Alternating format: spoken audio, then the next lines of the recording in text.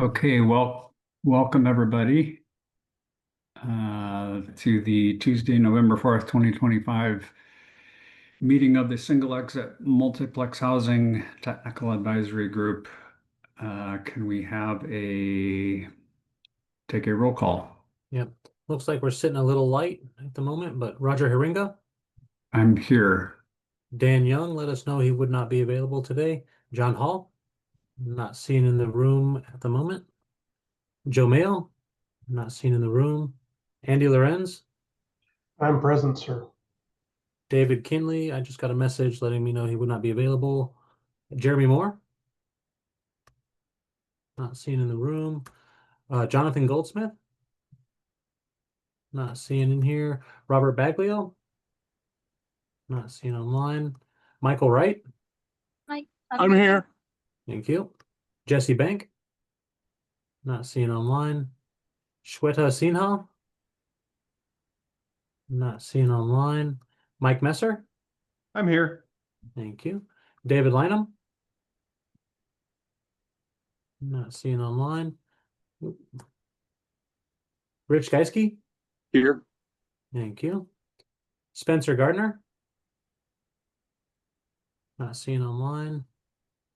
Derek Weigel, Derek Hugel is here. Hugel, sorry about that. No worries. Richard Williams, I'm here.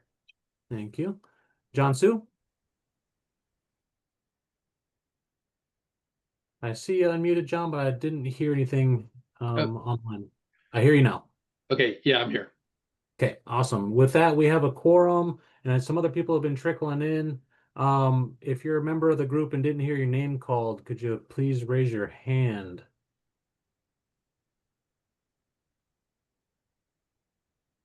All right, I think we just have some extra guests in here. Okay. So we're sitting flush with a quorum, just barely. Good.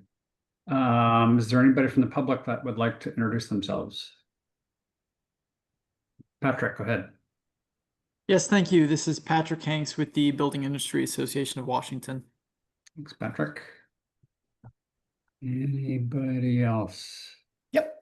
Hey, Aaron McGrath, how are you? I'm in Seattle, a retired lawyer, just doing some volunteer work with Civic Commons and Black Home Initiative, and had read a little bit about the work that this task force is doing, was interested in it. So yeah, thanks for letting me attend. You bet. Welcome.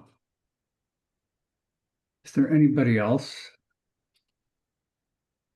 Okay, I was just going to, as a welcome and introduction, I was spending some time this morning looking at the topic summary. I'm going to put it out there for a goal for us to get through the rest of the items on the topic summary. And in a perfect world, we would then, between now and the next meeting that we hit for the single exit, we would have either staff or WABO or somebody incorporate all of the decisions that we've made into the working document, and we can have that for everybody to review, and we would have one more meeting that we can approve it and move it on to the full council. So putting it out there doesn't always happen that way, but we'll see if we can get through this stuff today. So let's see, back to the agenda. Can we have a motion to approve the agenda and a second, and then we can take any comments people have? Move to approve the agenda, John. Thanks, Second. John. I'll second, John. Thanks, Andy. Are there any comments? Hearing none, all those in favor of approving the agenda say aye. Aye. Aye. Aye. Are there any opposed? Okay, the agenda works or is approved. So next is the single exit work. So I think, Justin, the best thing would be to dig into the summary document. Again, I was kind of looking at it. The first four items are related to the professional fire department, and we have a document that came from Mike Messer, I believe. Yep. I can pop that open and then thinking about how we can incorporate all this.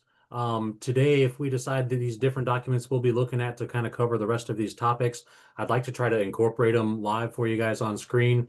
And if it gets a little bit too time consuming for that, we can pivot. But I think that I can wrangle the incorporation of the decisions made into our baseline document and save everybody else a little bit of time on that one and have it ready. So with that one, let me open up the document for professional fire departments.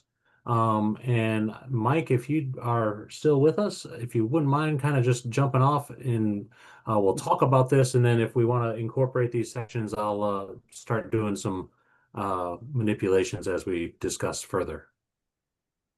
Yeah, absolutely. And I do want to give a big thank you to the other fire colleagues. We've been talking about this for quite some time, and in some cases, trying to define what a professional fire department is with the intent of legislation is a little bit unprecedented. So we're trying to find something that's going to work for fire officials, fire chiefs, the fire districts, the cities, just everybody inclusive. And it has been a challenge. So jumping off, I have done this to match the language that's proposed by WABO. But getting into it, a professional fire department shall be defined by RCW 35-103-020, RCW 52-33-020, and I hyperlinked them. RCW 35 pertains to city fire departments, and RCW 52 covers fire districts and RFAs. And that is the definition that is currently in RCW. I know something we had broached earlier is trying not to redefine or add new definitions. So we are using the existing definition in legislation. Something important to note is that the two RCWs do say that these fire departments do have to be substantially career. And I think that's the intent of our group, and that is defined. The addition to the definition of professional fire department for Appendix Q is what follows now. And that is, and be capable of occupant rescue using an aerial ladder fire apparatus compliant with NFPA 1901 at the time of manufacture, sufficient for the building's height. So 1901 is the fire department apparatus standard that all apparatus are built to. And we're saying that if you got something that was built in 1996, it needs to comply with the 1901 standard that was in effect at a time. One of the other things we heard last time when we were going through kind of conceptual what this looks like was how do we define height? So in this case, it has to be sufficient for the height of the building. If it's 4 stories, we're allowed to reach 4. If it's 5, will it reach 5? If it's 6, will it reach 6? And as far as products on the market, your ladder lengths are anywhere in typical from 75 to 110 feet, and then they're allowed to go up to 135 feet in North America. So kind of giving that out to the local code official and fire chief to determine. So in that first section, any questions on the professional fire department required? I do, Mike. The first two references to the two RCW 35-103-020, I was looking at that. Is it your intent that that is that is item number 5? Because when you get into that RCW, there are 13 definitions. Correct. It is the one that is listed out as fire department. So any changes we need to make, certainly open to calling that out. But the assumption would be that if we're saying fire department, it would be the fire department definition from the RCW in definitions. My brain tells me we would just reference RCW 35-103-020 item 5, but I will let more code smart people than I tell me whether we need to do that or not. No, I'm certainly good okay with that if the group is. There's nothing wrong with being more specific. And then the 52-33-020 is item number 4. John, go ahead. Yeah, I mean, I'd agree with you, Roger. It'd be helpful just to point to the one definition. There are a couple ways you could do that. One would be just using more words. Your way is probably a little bit more direct than just saying referencing the item number. And I don't know, do we need? I guess the question is, never mind. I just wonder if we needed the word professional, but since the defined term is just fire department, And Mike, maybe that's something you can. Yeah, and I can speak to that. So there was a little method to the madness in writing this. So we're using fire department, which is the definition from RCW. What constitutes the difference between the RCW definition of fire department and professional fire department was from the legislation. So you have a fire department as defined by RCW, but then the professional fire department is the additional requirements of capable of occupant rescue with a ladder device of sufficient height. Okay, so maybe I have to think about. There's probably a little bit of wordsmithing that could be done with that, but I conceptually I agree with Roger. Just adding the item numbers would be helpful on that. The other question I have is when you say sufficient for building's height. So you said if you got a 6-story building, it's got to reach the 6th story. So you're not talking about reaching the roof over the 6th story. You're talking about reaching the actual story. No, and I call that out. So it's occupant rescue. So that would be to the ERO on the 6th story, 5th story, 4th story, wherever it may be. Okay. Okay. That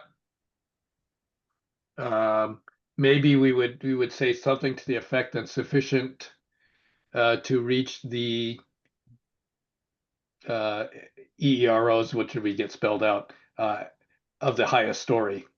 Maybe that would be a little clearer. Yep, and I have no problem with any of those. Again, the intent is to affect occupant rescue in this situation. Yeah. Okay. Thank you.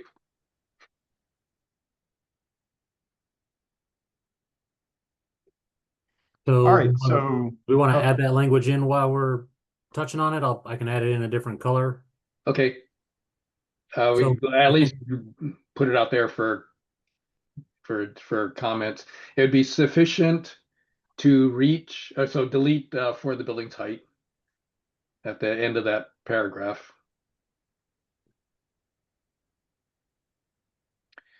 To reach the emergency escape and rescue openings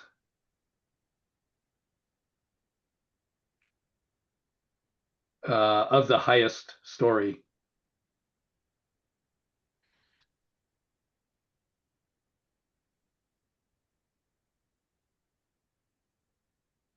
That's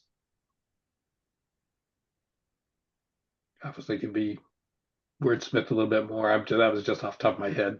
Yeah. And I do think, John, there's going to be, when you say wordsmithing from a pure code perspective, I think all of these, that my hope is that we go through one final, once we have everything agreed to, it's going to take some, I think we should, particularly those like you who are very good at the code language, go through a final review and see if there's wordsmithing for it. So Dustin, I would like to add to the 35-103-020. Let me get The it right. definition numbers. Yeah.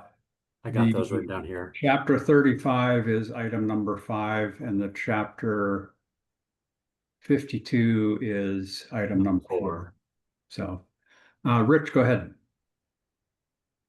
Yeah, just probably showing my own ignorance in the code here. Is there an emergency escape and rescue opening required on the 6-story one of these buildings? Or are those limited to not more than 40 feet above grade? Because we could still be affecting rescue from balconies and other things that aren't designated as a emergency escape and rescue opening that would be in a dwelling or in a sleeping unit. So would we have emergency escape and rescue openings in the 6th story of a 6-story building? I think the current draft has EEROs throughout the building. Okay, thank you.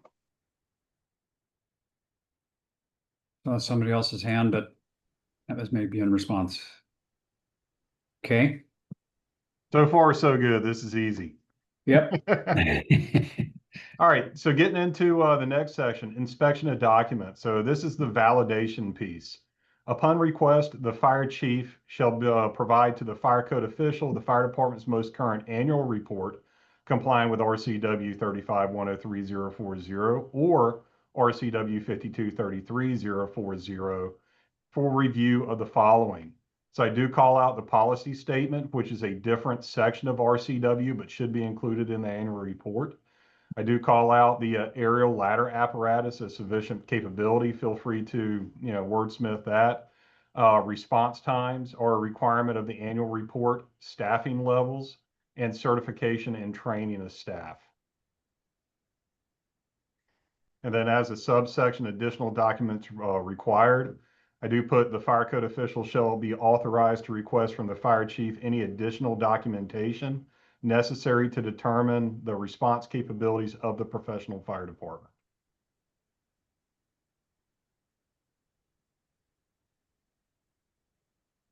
John, go ahead.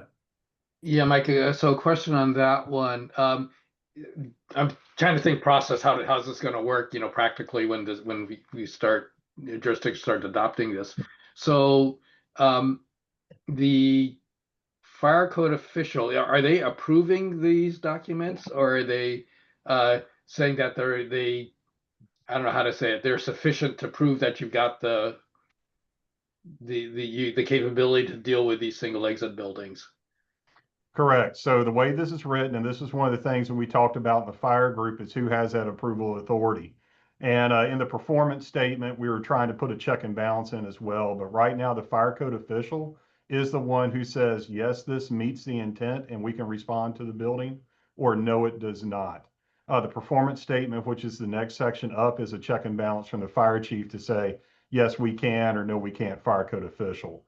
Some of the conversation that we had in our work group by email back and forth is that a lot of times your fire code official may be the same as the fire chief, depending on the jurisdiction. Normally, that's going to be a smaller jurisdiction, and in some cases, predominantly volunteers. So we're hoping that's not the norm. I know at least in the sound area and our urban areas, fire chief and fire code official are two different people. And in some cases, they can also be working for two different agencies, fire department versus a city fire marshal or a county fire marshal in that case. Okay. Mike, you've got fire chief and fire code official italicized. Those are defined. Those are defined in the fire code. You got it. Okay. And go ahead, Andy. I was just going to state that just for consistency, number 2 should match the line item up above for emergency escape and rescue opening. Agreed. I'm curious about, Mike, the wording of inspection of documents. Are you talking about, so part of my stepping back a little bit, is this something that will get approval on a project by project basis? Are you thinking? So funny enough, we haven't gone down what it looks holistically. So the initial would be project by project basis. If there is an initial approval of the fire department, then it could be annual, it could be a lifetime. Okay. We have not broached that head on. And I do want to remind, John made a comment. The intent of this is that I don't believe individual municipalities are going to have to adopt this. We are putting something in the building code that allows this. Mm-hmm.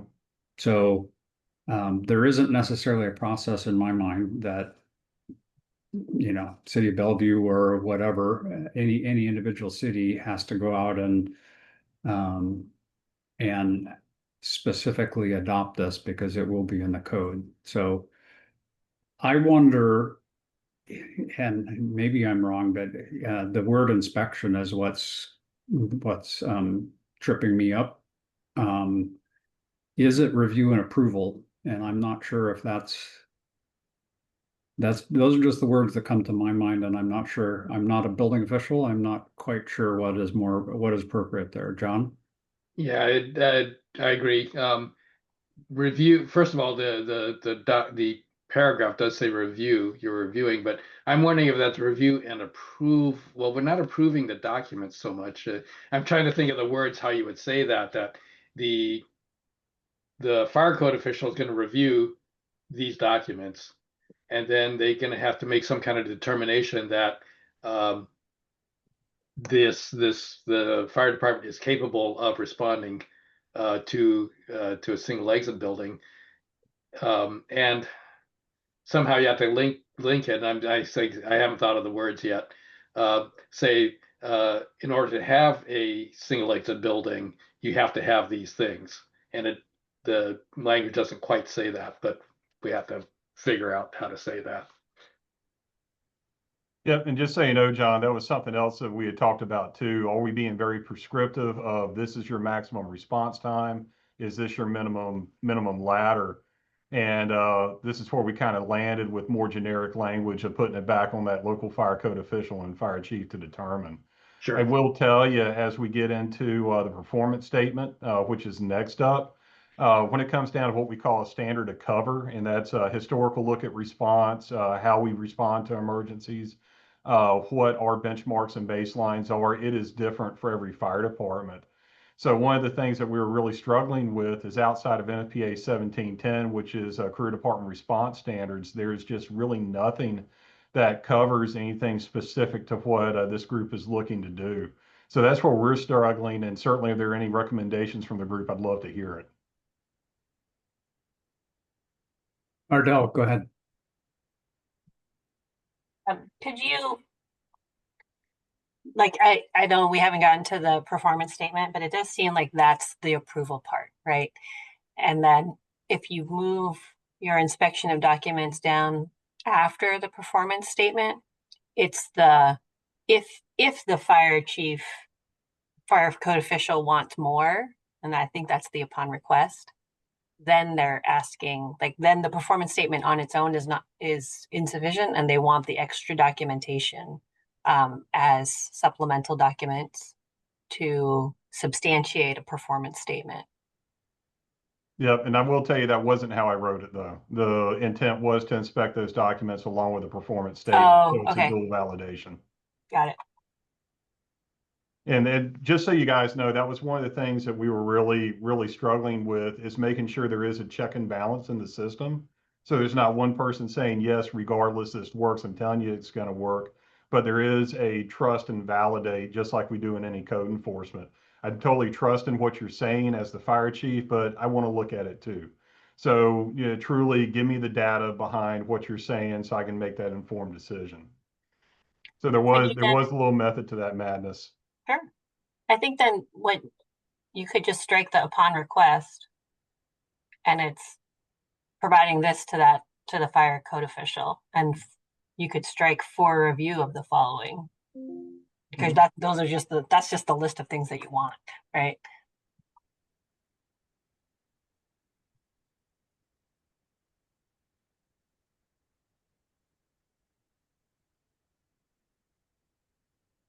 And Ardell, I'm going to go back.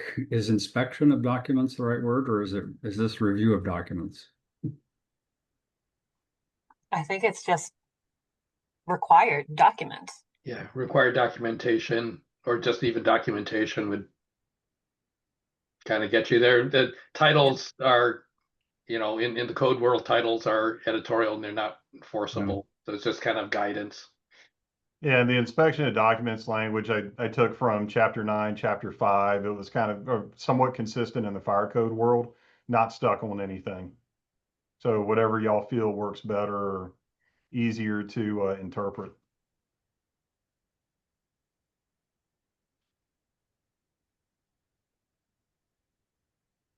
Yeah.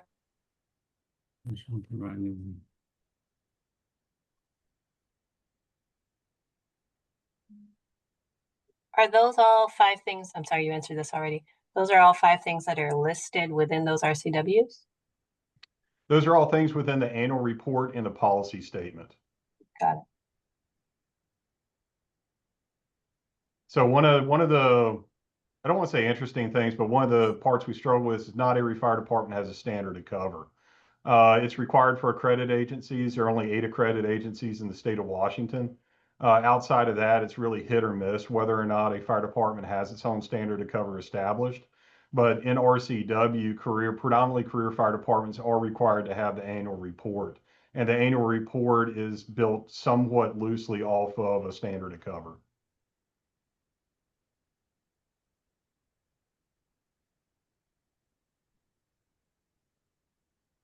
In, sorry, I'm not keeping it. Anybody raise your hand, please. In the additional documents required down below, that the 0.1.1.1 is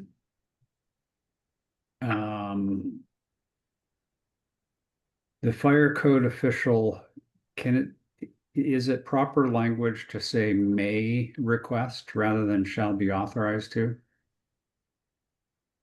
Is there preference there?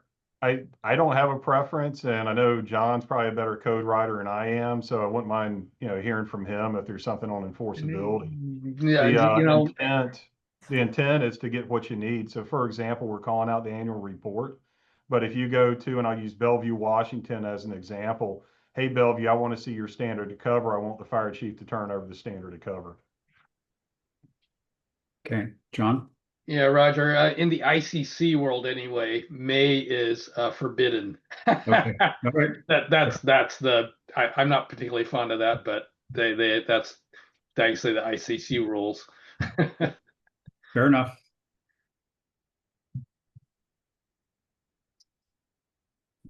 So with that, is everybody fairly comfortable, or any other questions on inspection of documents, editing any of that, or additional documents required, the intent?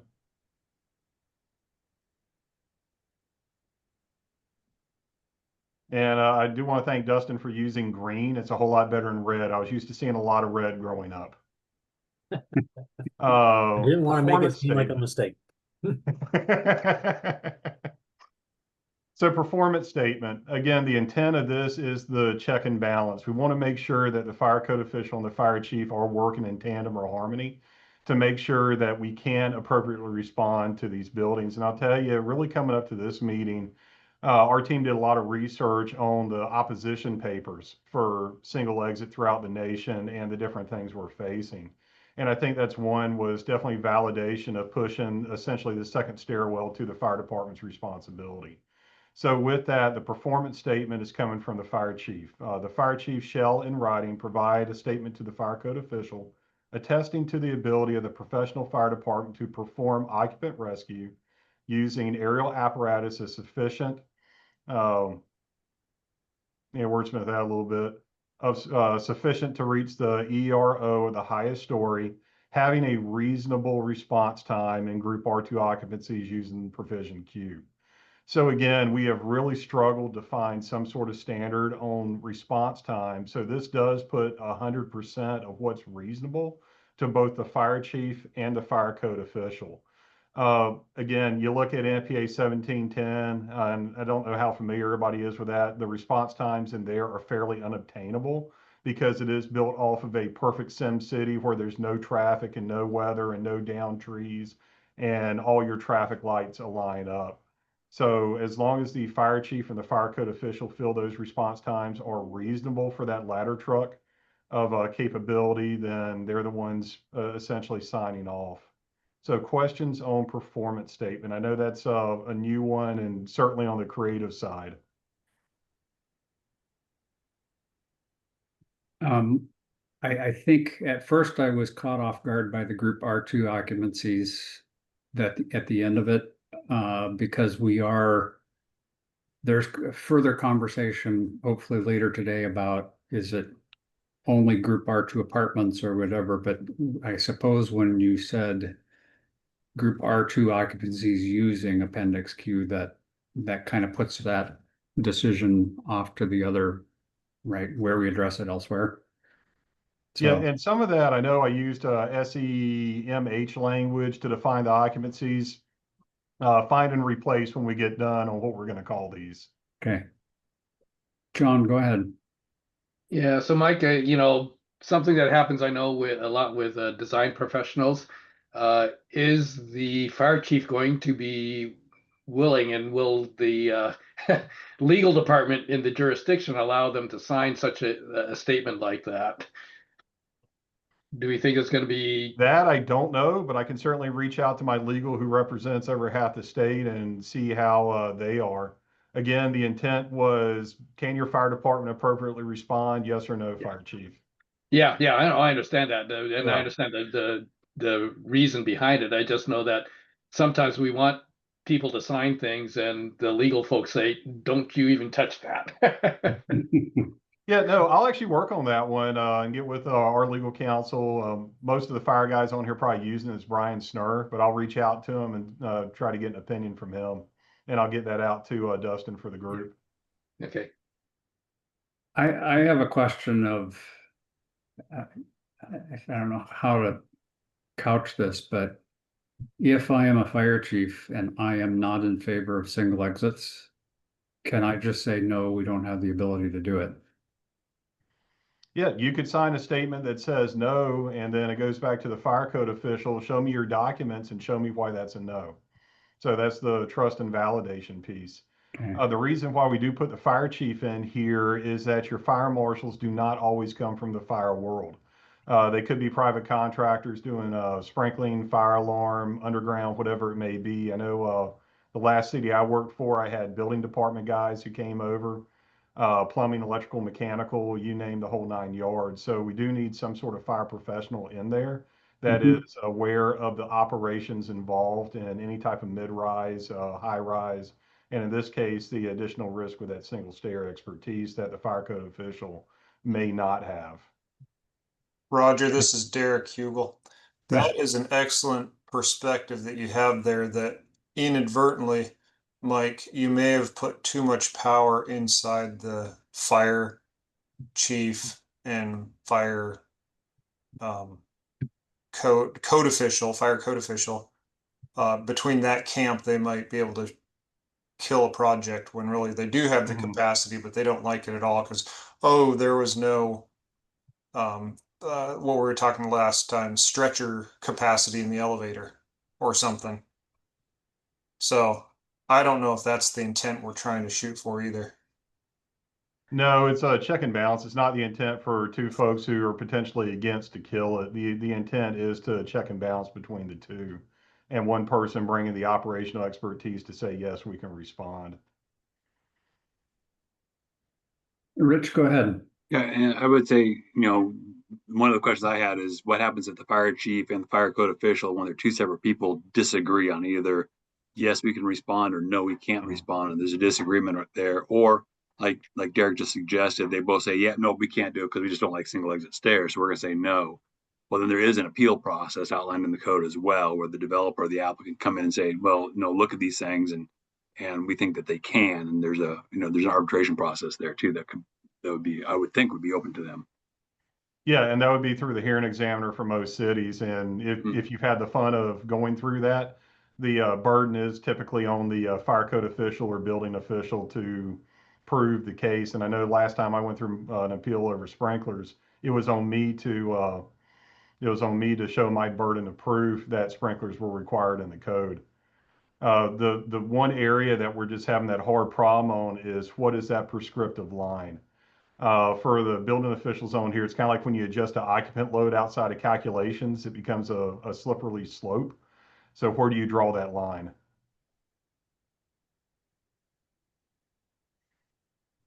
Okay, I need to mull that over a little bit. I recognize that, in the legislation, we're supposed to consider, I don't have it in front of me, but consider does it have adequate response time, and I think water flow as well is mentioned specifically in the RCW. So at some point there needs to be some verification that yes, you can do that. So Yeah, I mean, food for thought. It's a different use case, but I have a similar situation with the traffic and engineering department where we're trying to get a road mod approved on a project. And there is a mechanism that allows it to happen, but yet county staff is using that as a shield to hide behind and not allowing this to happen. And it's very frustrating. So while I don't think it's, going to be the majority of the case, you do get kind of some individuals that, don't see the intent or what we're trying to do with the code. Well, I think I don't too, know the answer. I think too, looking at what we're trying to confirm, right, is up in that professional fire department required is it's not a heavy bar to hit, right? You either do or don't. The only Right. really kind of squishy piece is the response time. Got Right. it. And that, like Mike said, it's that varies, right? If you're in rural versus heavily urban areas, you might have a different standardized response time that's acceptable to you as an AHJ. But whether you have an aerial or not is really, there's not a whole lot of room for wiggle there. So, Right. and if I think if you get a fire code official and a fire chief who are going on a flyer because they just don't like it, there is the appeal process that puts that burden back on them to explain to kind of an independent third party their justification or reason why they're saying no to this. Yeah. So, No, it's probably fine. Might be overreacting.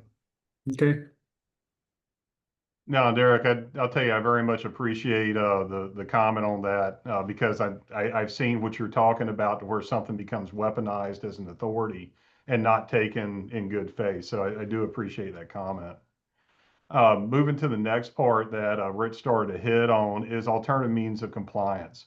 So again, what we heard from the group last time was, well, what if I don't have a ladder truck, but I have one on contract? And that's what we're trying to address here with alternative means. Mutual and automatic aid agreements used to fulfill the requirements of having a professional fire department with aerial ladder fire apparatus capable of response shall be approved by the fire code official. So if you're small city, don't have a ladder, you have one on the next city over, it's on your FRP or fire response plan with your 911. Fire code official now has the authority to take that into consideration and determine if that's reasonable or not for response.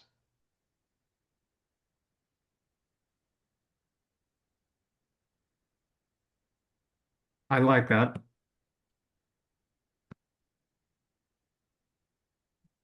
And I can talk about my jurisdiction, just so you know. North Battalion, we cover Lake Stevens. We currently do not have a ladder today. We use City of Everett and City or Marysville Fire District for ladder coverage. Our ladder shows up in February, and it'll be placed at our Station 82 off of Highway 9, not too far from I-5. So it just kind of gives that flexibility of, even if you've got somebody on contract and now we've got the growing city that recognizes the need, a little bit more flexibility in there to say yes to a project that take a year or so to come in. So if everybody's good with that, I'm glad not seeing any green there. It looks like we hit a winner. Spencer. Spencer, Yeah, go just ahead. one quick question, and I'm sorry I jumped on a little bit late. Did we already talk about the potential for shared duties across municipal boundaries? And do we feel like this document addresses that? In other words, if I have a mutual aid agreement or something with a fire department that can provide that service, and as the fire chief and the fire code official, we decide that we do have that capacity through the mutual aid agreement, do we feel like this gives us that ability? Yep, and at least on my side, that's the intent of the alternative means of compliance, is for the fire code official to be able to inspect that automatic or mutual aid agreement as written, and then inspect the response times for that aerial apparatus and its specifications. Now I'm seeing that section, so thank you. Sorry, I missed that. No biggie. All right, cool deal. So 1012 gets into emergency preparedness. Once again, kind of looking out nationally, the opposition papers. We don't have a whole lot of emergency preparedness that's required for our apartment buildings. So what we did is we took a look at what emergency preparedness from Chapter 4 of the Fire Code can we bring in that would be appropriate for communicating to the occupants. You are in kind of a special building. It's got one way in, one way out. Here's the strategy if there is a fire or emergency and what you're supposed to do. So we brought in from 404, the International Fire Code, fire safety and evacuation plans, and an emergency guide for consideration. Again, just trying to solve or ease some concerns of the national opposition on what the tenants are seeing. So for 10121, fire safety and evacuation plans, an approved fire safety and evacuation plan in accordance with section 404 of the International Fire Code shall be prepared and maintained. And if you reference 404 of the fire code, it goes through the prescriptive method of doing that. And then emergency guide. Emergency guide actually comes from our R2 dormitories. So bringing in some dormitory language. Fire emergency guides shall be provided to group R2 occupancies or whatever we end up calling these. Guide contents, maintenance, and distribution shall comply with sections 403.9221 through 403.9223 of the International Fire Code. So again, that's kind of outlined the type of building that your tenants are now in and what the expectations are during an emergency. We currently do not do that with the majority of our R2s. John, go ahead. Yeah, Rich, got a question on the fire safety evacuation plan. Who keeps those? Yep. So the fire safety and evacuation plan would be given to the tenant. And then it's my assumption that all of these buildings are commercially owned. So whoever that owner is would be the maintenance authority. So building owner, owner's rep, land management firm, whoever it may be. So they would get a copy of this whenever they sign the lease or whatever. And that's Correct. covered in the in 404 in the fire code. Correct. Okay. All right. And then just a wordsmith thing. I don't think you in 101.22 you need to say for group R2 occupancies because you're already there. The charging language up in 101.2 you're already there. So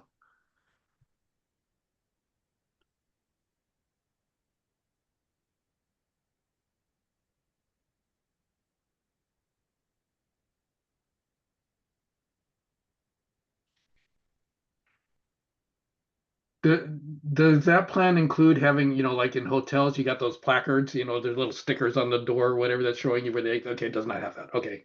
No, funny enough, that's a separate requirement. I originally started looking at, do we need an evacuation plan, but it's a one way in, one way out. So if you don't remember the way you came up the stairs, I can't help you. Yeah. I didn't Okay. see the need on posting that on the back side of the door like in a hotel. Okay. Thanks.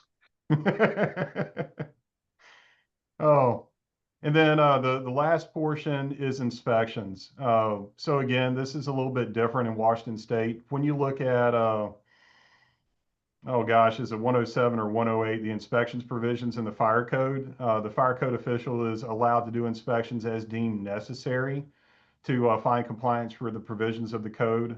Most jurisdictions use WSRB schedules, which can be anywhere from 1 year to 3 years on inspections. So I did add a line really for consideration. And again, going to the national oppositions, we're putting a lot more reliance on our sprinkler systems, our fire alarm system, automatic smoke detection, and fire resistant construction to keep these buildings safe by eliminating that stairwell. So in this case, we do want to direct that fire code official to conduct inspections at least annually to make sure these buildings remain compliant with the fire and building codes. John, go ahead. Sorry, residual hand. Oh, Spencer, go ahead. Yeah, I'm not as familiar with the fire code. Is Q101.2 and Q103.3, are those essentially restating requirements that are already in the fire code? Or is this a situation where we have to introduce this because it's not actually covered by the fire code? Correct. So great question. These are trade up. So 101.2 is very specific to R1 occupancy, so hotel, motel, and then R2 dormitories. So that's a trade up that we typically don't do on our average apartment. 103.3, there is not a state mandated inspection schedule for annual fire safety inspections. So again, getting back into the national opposition letters, we are putting a significant amount of reliance on the building systems and services to maintain safety in these buildings, specific to sprinklers, fire alarms, smoke detection, and fire resistant construction. So we are looking for a direction to the fire code official to maintain annual inspections to ensure that these buildings are compliant and those systems are working. So they are both trade ups and in addition to the current state code. Thanks. I not being involved in the building code world, maybe there's not a concern, but mixing the fire code and building code, I assume could be confusing for people. So just want to make sure we're mindful of that, but it sounds like this is necessary. Yep, and just so you know, and in fact, do you see where I have F bracketed? So a quick code lesson on your code side, there are different code committees that trade language. For my building code officials, I absolutely love chapter 4 of the building code because once you get into hazmat, it's all fire code literally copied into the building code. And the Fs, the BEs, whatever it may be, shows you the code committee or the technical code that the language comes from. So where you see stuff coming from the fire code, you will see it directly referenced as fire code or where that language is coming from in the code book. So just quick code lesson. Mike, I have a larger question. So I guess it sounds to me like the language of inspections, you have it as 103.3. Mhm. People are generally okay with. I think I am. You're telling me it's inspections can be done annually. I don't know that it reads they have to be done, but isn't that correct? Yeah, it does not read that it has to be done. Okay. But Okay. it is the fire code officials authorized to do annual. Okay. Different jurisdictions do different things as far as inspections for your fire safety. Again, what majority of us on the fire side lean to is WSRB. And WSRB currently has a 1-year inspection schedule, 2-year or 3-year. Okay. I have some numbering questions, but I think let's get through any other questions people have. Ardell, go ahead. I appreciate Spencer's question. Would this be an appendix that could then be, or maybe should consider duplicating? So it's no change in text, but it's an identical appendix in both the fire code and the building code.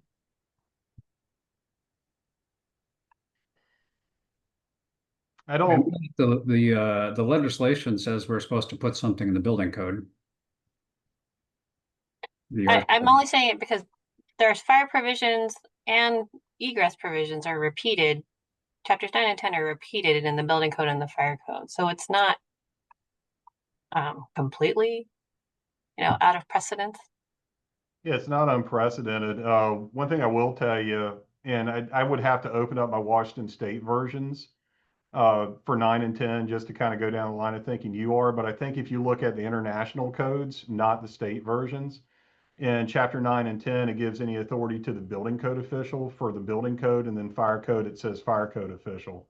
Where the state versions may be different. I just don't remember that off the top of my head to tell you for sure. But at least on my side, I don't know if we would need this recopied in the fire code if it's referencing the appropriate code official. Yeah, I mean, I don't want to start enforcing this section, right? Like I want my fire official to do that. And I might get questioned on it if it's not in their code too, right? Mhm.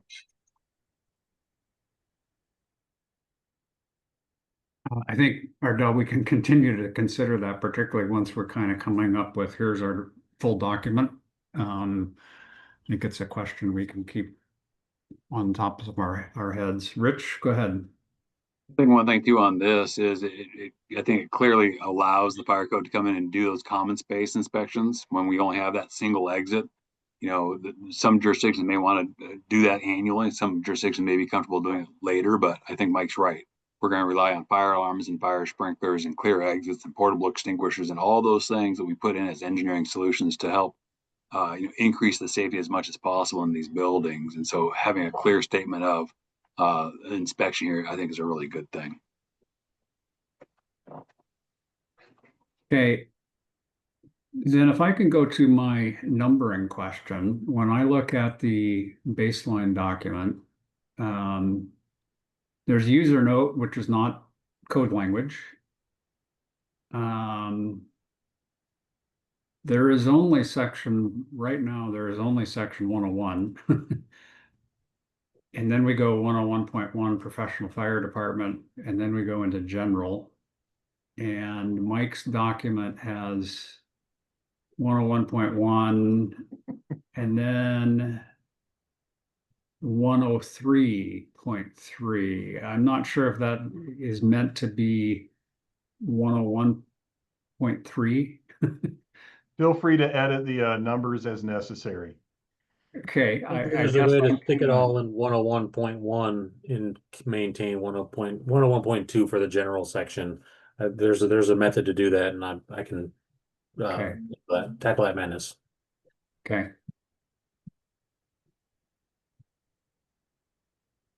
Okay. Well, Mike, I want to thank you and your crew for putting it together. I know that's been one of our head scratchers. Mhm. How we're supposed to do what the legislation has told us. I think what we've come up with is a pretty good solution. I still think there's some things for us to, I want to continue to ponder. I think that the giving the power to the fire chief, I kind of think we've done that, but if there is the ability to have a third party look at it, hopefully that doesn't have to happen, but so I think I'm okay with that all generally. Does anybody else have comments about any of the documents? So Dustin, on the right, why is the third row? Why is that one still yellow? Oh, the roads. Okay. Yeah, so that one's not covered in this particular proposal. I did have a chance to discuss with Dirk on this one, and I was scanning through the baseline document. We don't specifically reference 503 in this document, but it's been discussed that 503 in the IFC be referenced for fire apparatus access roads. And looking at the RCW, it talks about the uniform fire code and road standards for that. And so Dirk's opinion on that is that it's not meant to mean just the uniform fire code, because that was the first question I asked was, can we adopt something from the IFC since it doesn't prohibit us from adopting that? And he says that, the legal interpretation should be that the uniform fire code would mean any fire code in effect and adopted by Washington at the time. And so that we would be precluded from specifically, I think, referencing a fire apparatus access road section in the fire code. But I guess that also gets back to is this an appendix that we're going to adopt for the state of Washington, pre-adopt, or is this an optional appendix that can be used by local adoption just by notifying the SBCC? And I do believe that we are looking at the adopted for the state path on this particular appendix. So if it's adopted statewide, I think we can't have a reference to section 503 or any road standards from the fire code. So we could put something in there, but I'm thinking that we can't reference it. So I'm not sure how to address that, because it's talking about the aerial apparatus reaching all those EEROs on those highest stories on all sides of the buildings. And so that was kind of why this question came up is how does the aerial apparatus reach those EEROs on the higher stories if there's no access to that side of the building?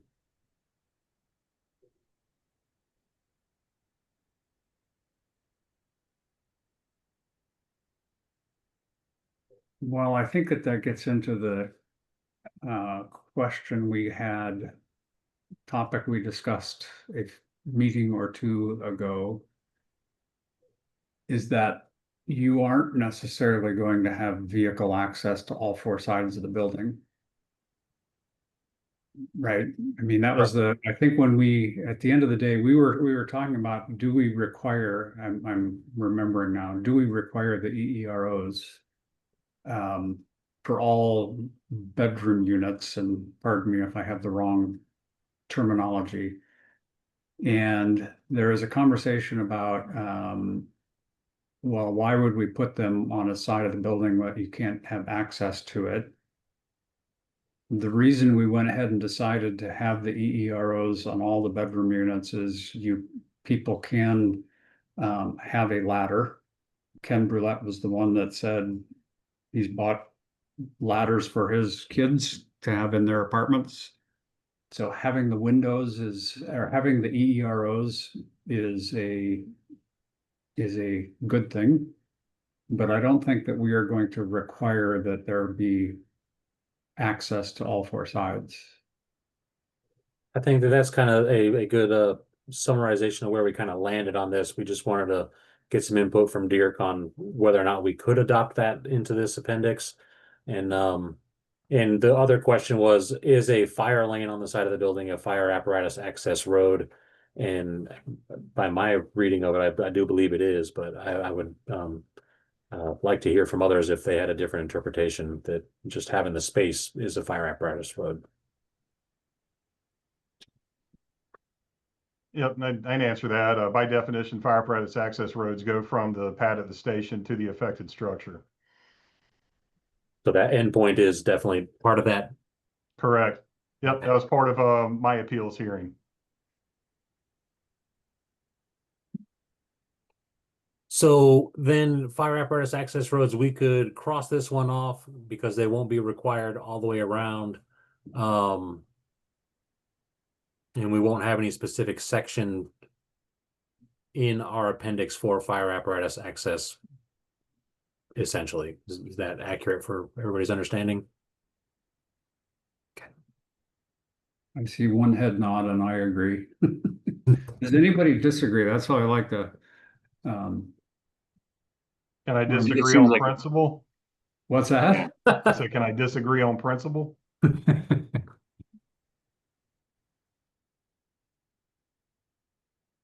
Okay. Well, those are the fire questions, I believe, right, that we've got. Yes, sir. So again, Mike, thank you for all of your help. That was a lot of work. So then there are 4 or 5 about building mechanical room, management office, mail rooms, amenity space, trash collection room, trash access room, trash chute, storage room. And did we have a proposal? I thought we did, but I posted it for this meeting, but it turns out it was for the multiplex housing discussion with similar topics there. So we don't have a specific proposal other than what's in our baseline document for these. Okay. So one of the things that I started thinking about, and this may not address all of those items, but the way we currently have it, and I think that the direction we've all headed is this can be a 6-story building. The single exit is exiting only the upper 5. Isn't that correct, that that's how we currently have it? I see a head nod from Ardell. So in that case, I don't see having a management office. If you're going to have a management office, a mail room, a trash collection room, or a storage room, those just have to be on the first floor and they don't exit into, they don't, what's the term? They don't connect or relate to this exit. Doesn't that, no, I don't have a proposal, but just from a clarification of what we want to allow and don't want to allow. I think any of these, the language as it stands could serve the, the item 2 in the proposal says other occupancies are permitted in the same building, but shall not directly communicate with the R2. So that's, I think what you're saying, Roger, is like they can be on the first floor and not communicate. And then the enforcement of it then becomes up to interpretation.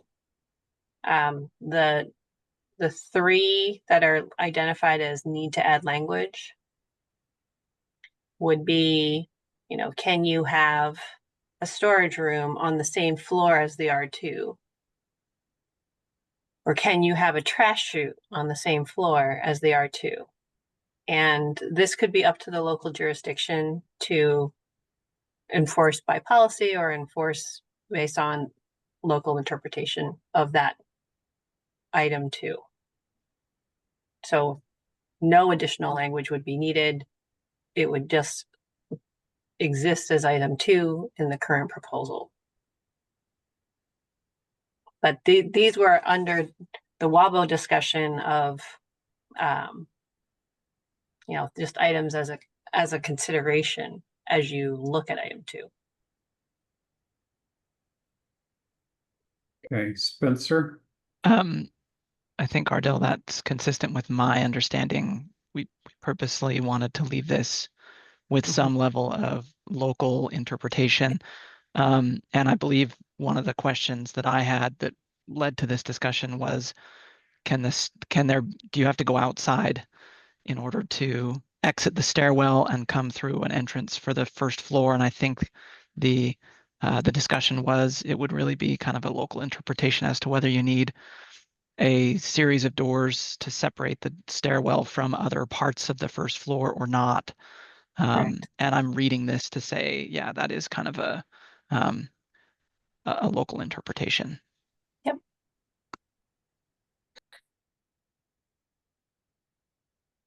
Okay. So, I think you could leave the language as is in item 2, and under the Washington Building Code, just say, see item 2 up to local AHJ to interpret. where would you say it's open to the local AHJ to interpret? So other occupancies shall not directly communicate with the group R2 occupancy portion of the building. That, and even though these are accessory spaces, the code does still have you assign them an occupancy. So that's the interpretation. Is it allowed? Because while it's not, it's because it still meets accessory, and so there's room for interpretation in that. And then the word directly communicate, is a single door enough to not directly communicate, or do you need a series of doors to eliminate a direct communication? And those are 2 local interpretations, potentially. Are those interpretations that cities have to go through in other buildings? Is this a standard, not a standard? Does this interpretation come up in other places besides just this single exit? The how to treat accessory occupancies does come up. I think that you could potentially get different interpretations of how the code treats accessory occupancies. Directly communicate, I don't believe is in the code, John. Do you know if it is? There's a couple places where we do directly. I think directly communicate is not a code term, but there are other references to direct access or something like that. I forget where they are. Yeah, I think it was something I think we worked on several cycles ago. I think direct access is the terminology defined. My point and or preference, I guess, is if there's language in the rest of the code that is open to interpretation locally, I don't know that we necessarily want to step in and say, well, I guess unless we think that it is critical, I don't know that we should come in and say, in this case, you shall interpret it this way. Yeah, that's fine. Okay. I'm going to ask a really big question. Of all of those, are there 7? 1, 2, 3, 4, 5, 6, 7, 8, 9? Is there anybody that has a problem with just leaving it as item number 2? And I'm gonna assume, I mean, go ahead and speak up if you've got concerns, and again, if you come back later and as we go through a final review of the completed document, those questions may come up again, but okay.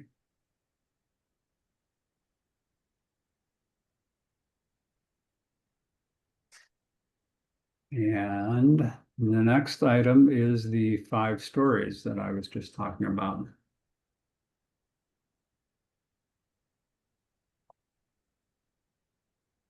Check against the RCW if 5 is contrary.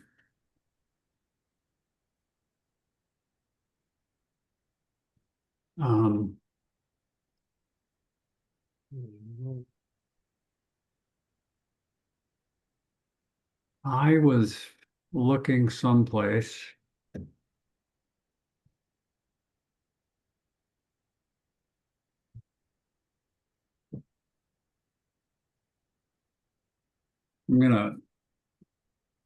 I hate putting on a legal hat, but my interpretation is that single exit stairways, where'd you go? I was reading it. Single exit stairways, the way we have it right now, where it is the upper 5 stories are served by the single exit stairway, and the 6th story needs to be exited some other way, meets the end of the first sentence of item number 1. It does allow a single exit stairway to serve multifamily residential structures up to 6 stories above grade plane. I think we meet that. I also, I hate to throw this out there. I thought as in my investigations, at some point I found some language either early on in the initial when the initial bill was introduced, that language was referred to almost as the upper 5. But I hate to say that without having that language available. I'll see if I can find it.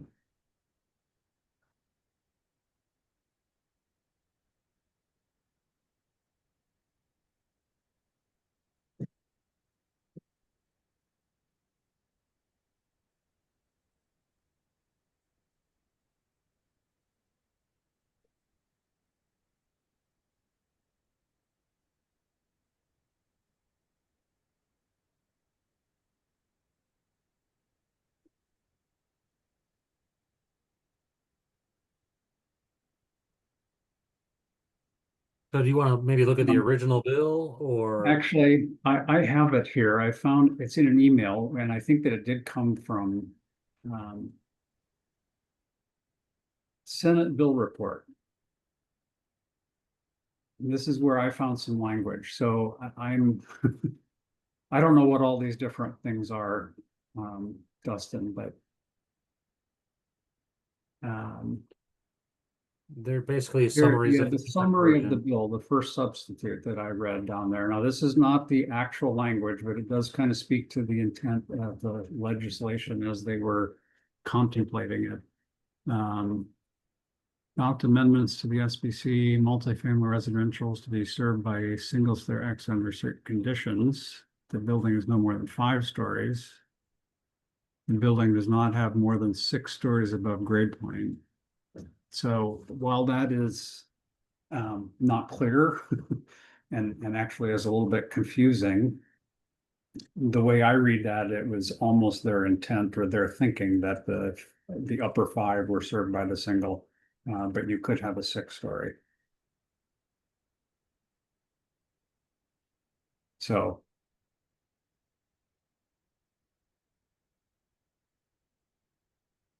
in that one, if you go back to that, there is a question that we may have already solved, but can you go back to that, Dustin? Yeah. It says there are no more than 2 single exit stairway conditions on the same property. So I think that is also what we arrived at. And I don't remember which one, but just as I went back and found that report of the bill, and again, this is not what was actually passed. Those requirements did not flow through into the legislation, but as we start thinking about legislative intent, it does kind of give us a little bit of direction. So I'm gonna, if you go back, Dustin, I'm gonna propose that we arrive at why not 6? I think that we leave it as the top 5 or by the single exit, but you can have 6 stories, which I believe is the way we currently have it.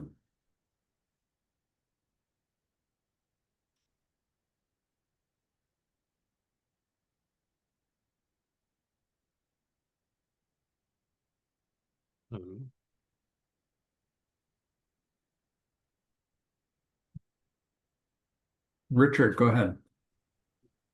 Roger, are you proposing to, like you said, leave it as we have it and allow 6 stories, but only 5, the upper 5 stories communicate with the single exit stair, or are you proposing to have all 6 stories communicate with the stair?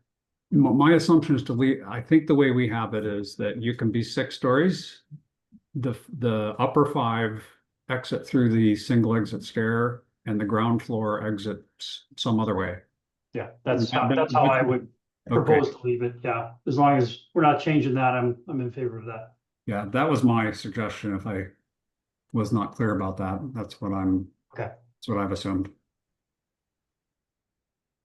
Any other questions or concerns? All right. I would like to, the next item. Oh, Rich, go ahead.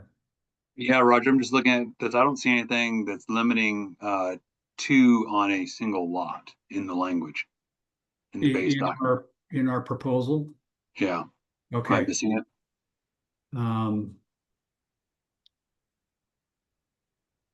Why Not there. can't we do more than 1? I saw that. There was I know I brought up the issue of could you stack these side by side by side? I think that it's down at it's in lower down in the topics, the topic summary.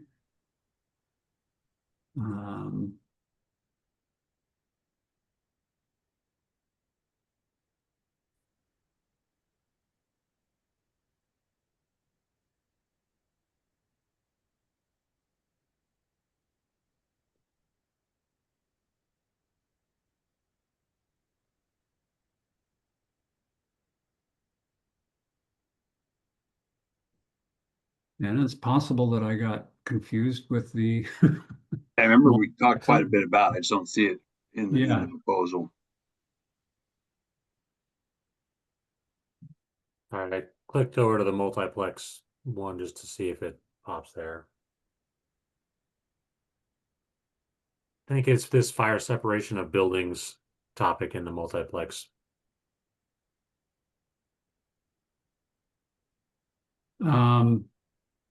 That is a Seattle provision. I've got to go back. Do you have the original proposal, the original Wabo proposal, Dustin? Yes, give me just a moment to pop that Sorry, up. I thought we removed it from the Wabo proposal compared to this existing Seattle provisions. Yeah, I think we did.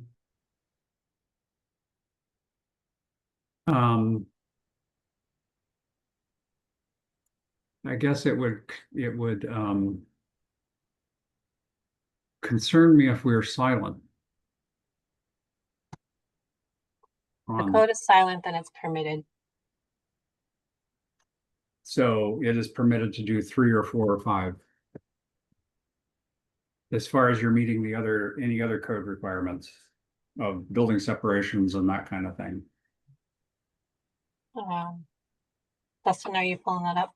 Yeah, since it's not saved to my computer right this moment, I'm struggling going through the network connections at the moment. And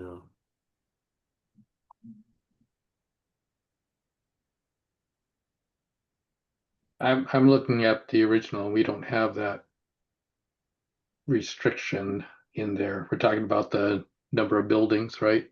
Number of single exits on the same lot. Right. We talked about it at WABO and then struck it from the proposal that we submitted. Sorry, Yeah. I'm not able to pull it up. So yeah, I think that's where it landed. And so it wouldn't have, I don't remember us discussing it in this work group. Okay. Spencer, go ahead. If you've got thoughts. Well, I was just going to say, I seem to recall also Oh, there having it a is. discussion about this. Number 18. There it is. Yeah. I'm sorry. I seem to recall having discussion about this. I think from the planning side, I'm not sure that, I mean, what would end up happening is someone's just going to subdivide so that they can still have as many single exits as they want. So I'm not really sure that this would accomplish anything if we were to include it, other than require subdivision where otherwise it wouldn't be required.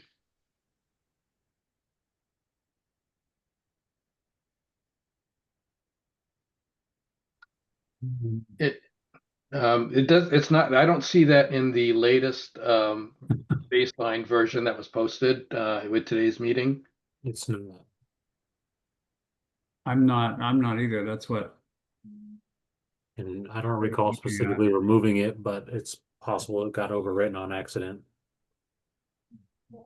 John, go ahead. And Spencer, it's a really good question. And that's kind of where I'm curious if that's where we got to, was there's no need for it.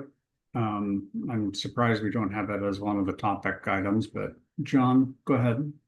Yeah, there was a reason it's in the Seattle version, and it goes back to a very large building that was all connected, and we felt that basically it did not meet the intent of what we're trying to do with single exits. And that I'll just keep it that description. Okay. I don't think most of these, if you got an infill lot, that this is going to be that's going to be an issue. But like I say, there was a specific reason why that appears in the Seattle code. Okay. And I guess I'm still curious, Spencer, you're the planner. If we are silent, they can certainly they can put two together but we don't then speak about, I guess my question would be can you build them as one structure where you would have a firewall down, separating each of the two single exit. Ardell, go ahead. This was under the older meeting minutes under August 12th. Okay. It was discussed, and the decision was that was to not include the limitation. Okay. And there's no yellow on it, so it's called limit single exits on a property. Dustin, maybe it's just missing from your spreadsheet right now. There we go, right there. There it is. Okay.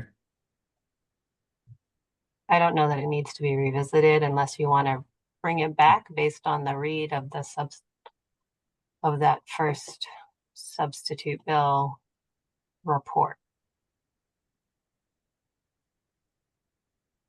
Number one, we have it we don't need to necessarily add it, so right. And I guess and I think that the way we resolved it is that it is covered by other planning and code requirements.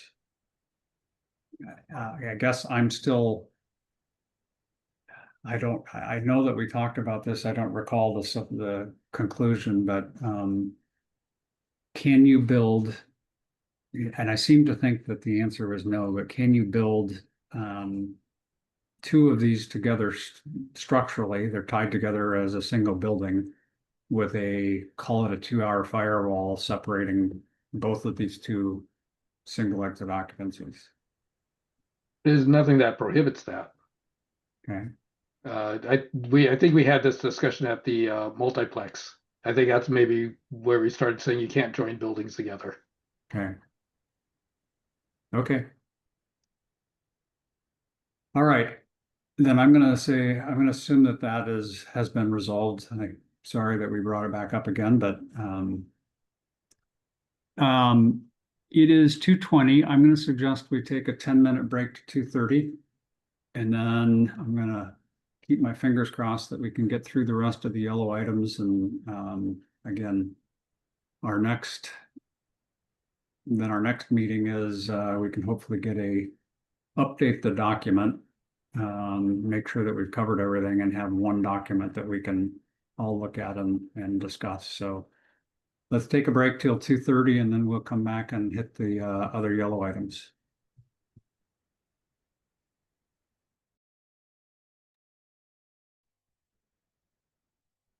Okay, welcome back, everybody.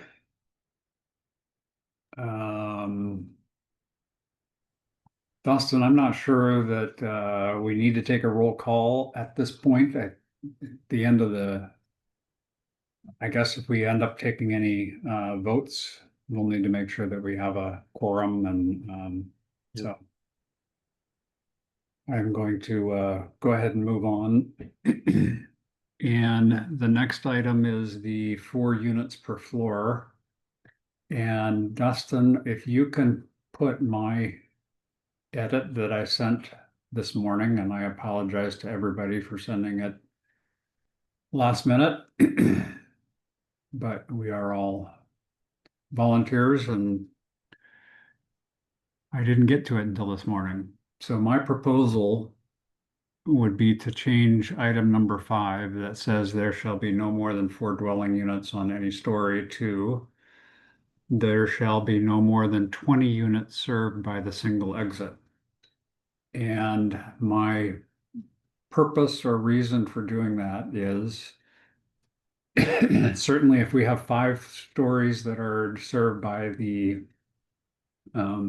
single exit stair with 4 units per story, that would be 20 units.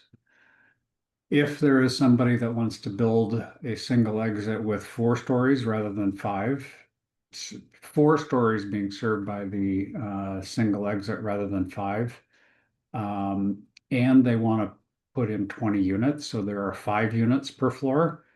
I think that they should be allowed to do that. I know that there is the note on the right-hand side column says hazard. The hazard is more increased. There's increased risk or hazard if you have more units. But with my solution, you don't have more units than what we're allowing. We're just saying 20 units, whether they are 5 stories of 4 or 4 stories of 5. I believe that risk is the same. And it does, I think, speak at least to the intent of this single exit to decrease the cost of housing. And so I think that if somebody wants to build a 4-story with 5 units, I think that might actually be more cost effective than 5 stories with 4 units. But Richard, go ahead. Thanks, Roger. So what if you had a 2-story building? Would you allow 10 units per story? If you have a 3-story building, that's already covered by the code. Well, no, 2-story. What if you wanted to somehow apply some of these requirements that we allow for 4 or 5 stories to a 2-story? Would you allow 10 units per story? I don't think that would be the case, given the way that we have written this, because I think right now, and I could use some help from somebody, but I thought that if you're doing a 2 or 3-story, you're going to build it under the current building code. Right. I guess what I'm wondering is why, if you got like a single-story, single exit building, currently you're allowed 4 units per story. you know, we're Is there, we're gonna is let you go up in stories and increase number of units per story, but for a single story building, you're still relegated to 4 units. Let me preface this by saying I'm in favor of keeping to the 4 units per story, just to align with our base code. And then I'm outlining some of my concerns just by saying, going through this. Yeah. and there, part of the conversation that we did have about this was that, could you have and could you add 8 or 10 units on a floor? And does the exit pathway increase? And I think that we have still left my proposal would leave the 125-foot travel distance in. So you don't, you haven't increased that, the travel distance and exiting. Aligning it with the, I'm going to say 2 and 3 story on the existing code and how it what happens if you're going to build it under the current code. Is the 4 units per floor in the current code? Is that a requirement? Because you can build these single exit right now. That is a It requirement. is. Yeah. Yeah, 4 for the units per single story. exit, yes. Yeah. Okay. Yeah. I mean, I guess I'm looking at what we're allowing is allowing additional stories, as opposed to additional units. I mean, you can make some of there. We've talked about this in the past, like where did the 4 units in the base code, where did the 4 units per story come from? Right. Right. It doesn't impact the stair. I mean, the stair is still being used to exit the same number of people, because we're not proposing to increase the allowable area of a story. The occupant load is going to stay the same. I mean, I guess I've talked about this to a couple of people. My thought is that, well, what if maybe that was originally just because they were concerned about the units opening directly into an interior exit stair and limiting the number of units that could do that, right? In our appendix, we're not permitting units to open directly into interior exit stairs. We're requiring them to open into a protected corridor with a set dimension, right? 20-foot length. So I don't know, I'm struggling with this. I really am going to be in favor of sticking with the 4 units per story because it's just more consistent with the base code. And then at that point, all we're doing is using this appendix to increase the number of stories. That's what we were directed to do. I mean, that's kind of how I think that's the cleanest way of doing this. My 2 cents, but I'll stop there. Okay. Thanks, Richard. Spencer. Yeah, I think the increased flexibility with the way that you've drafted it here is actually probably important for, as you pointed out, helping projects to pencil if they need to be creative with a 5-story building, for example. As far as allowing potentially more stories than what's allowed in the base code, I think we can also recognize that we're putting additional requirements here that aren't there in the base code. At least that's how I understand it. So if you want the base code, you can do your 4 stories and maybe get out of some of the requirements that we're putting here. But if you want to exceed those 4 units, then you're going to be meeting additional requirements.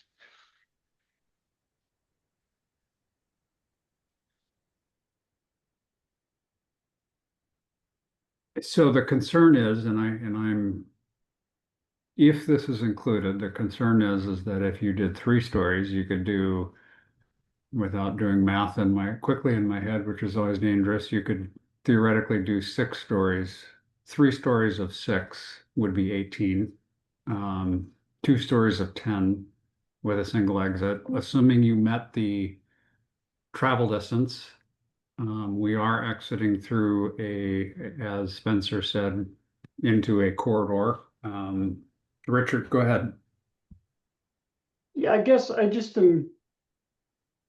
struggling with the idea that you can have more units on a higher story than you could on the first, second, or third stories.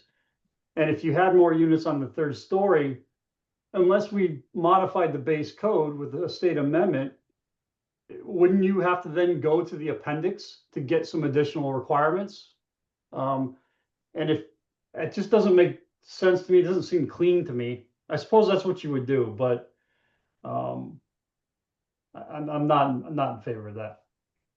Okay, and I don't know, somebody might answer this. I think, as Spencer said, if you're going to do the more than 4 units on a floor, you would have to do it through the appendix. Yeah, which means you use the, you stay in the base, you go to the base code, you want to build a 3-story building, and you have to use the appendix to essentially modify the base code. It doesn't seem clean. I mean, when you look at the Seattle provisions, they lay out all the requirements for a single exit building, and then they've clustered this group of additional requirements if you want to go higher with the number of stories. And that's all, that's what it is. That's what they're allowing, and if we do what we just talked about, it's definitely not as clean as all that. Okay. John, go ahead. Yeah, I was actually wondering if taking this to some sort of extreme to say, in a 20-unit scenario, you might have a single unit on the 2nd story, a single unit on the 3rd story, 4th and 5th, and perhaps like 15 units on the 6th story in that scenario. And you'd still be at 20 units total, but you'd have a significant number on the top level and lesser on the 1st level. And do we want that? I'm not sure. I think it is a reasonable question. I'm not sure from a constructability you'd do that. And that having not stacking units is not cost effective, but I understand we're also writing code language that people can use in any way they see fit. So Spencer? Yeah, I guess I'm curious. The concern I'm hearing from Richard is, maybe I can summarize and you can tell me if I'm off base here, is how does this impact single stair structures at 3 stories or less, which are currently allowed in the code? And so you create this ambiguity of, well, do I need to follow the base code or do I follow the appendix? Would it be cleaner to just specify that the appendix only applies to structures of 4 or more stories? And then if you're building a 3-story single stair building, you're just under the base code where it's already allowed and there's no need for the appendix. That seems like one way to address the concern. Go ahead, Richard. Yeah, Spencer, so when you say allowed by the base code, what exactly are you referring to on that? Because that would just allow you to have 4 units per story. Right, meaning a single stair construction type is allowed in the base code up to 3 stories, correct? And 4 there's units per story. 4 units per story. That's right. So if the concern is that at lower stories, the allowance of up to 20 units allows you to pack those lower stories. I do a 3-story building, and I can suddenly put 8 or 9 units, or somewhere between 7 and 9 units on each floor, which I don't think that's the intent necessarily here. But if you can already accomplish that with the 3 stories in the code, does it make sense to just specify that this appendix only applies to 4 and up? No, you can't do that in the base code. You can only have 4 units per story with a single exit, currently up to 3 stories. That's it. That's what I mean. So the appendix isn't really needed to address the situation for a building that's. Well, I guess what I'm saying is, so you're going, like the example was provided, you can have not that it would probably be constructability issue would arise, you couldn't probably do it, but let's say 15 units on the upper story. I think this is an issue of impacting the corridor, because the units are opening into the corridor. I don't think it's necessarily a stair, but nonetheless, you're saying that it's okay to put that many units up on the 6th story, but we're not allowing it on the 3rd story. or the second story, or even the first story as currently written, unless we do something different and either modify the base code or tell people they have to point to the appendix to get there with a 1, 2, or 3-story building. I don't think it's a good idea to allow that many units up on that upper level. I mean, I think it's cleaner and better to limit the number of units per story the way we have it in the base code, and just use this appendix to increase the number of stories allowed. Okay, John?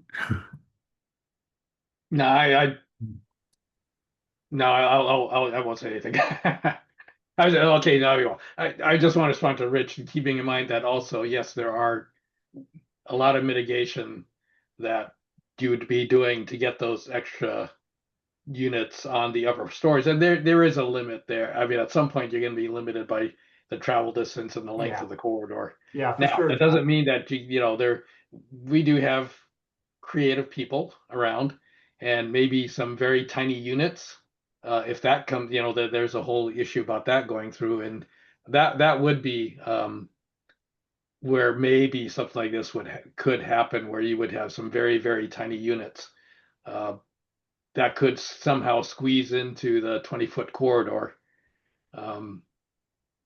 But at some point there will be a limit on how many units you can actually get there. There is another working group or tag, or I guess the IBC tag is considering defining what the minimum unit size is right now. So yeah, that's what I was referring to. If you get some very small units, you might be able to squeeze more into there, but I think you'll be limited by the 20-foot length of the corridor, the travel distance from the unit to the stair, and then the how many doors you can squeeze into that 20-foot length. And I would also say, just real quick, Roger, sorry, Spencer, just jump in here real quick. What we're talking about is the impacting the corridor, right? Again, I said this before, but that's what we're talking about. Adding all these doors into a corridor, that's what we're concerned about. And I think it's more of an issue to have that up on the uppermost level, levels 4, 5, and 6, allow that and not allow it on the lower. And again, I'm not in favor of allowing it at all. So don't confuse me.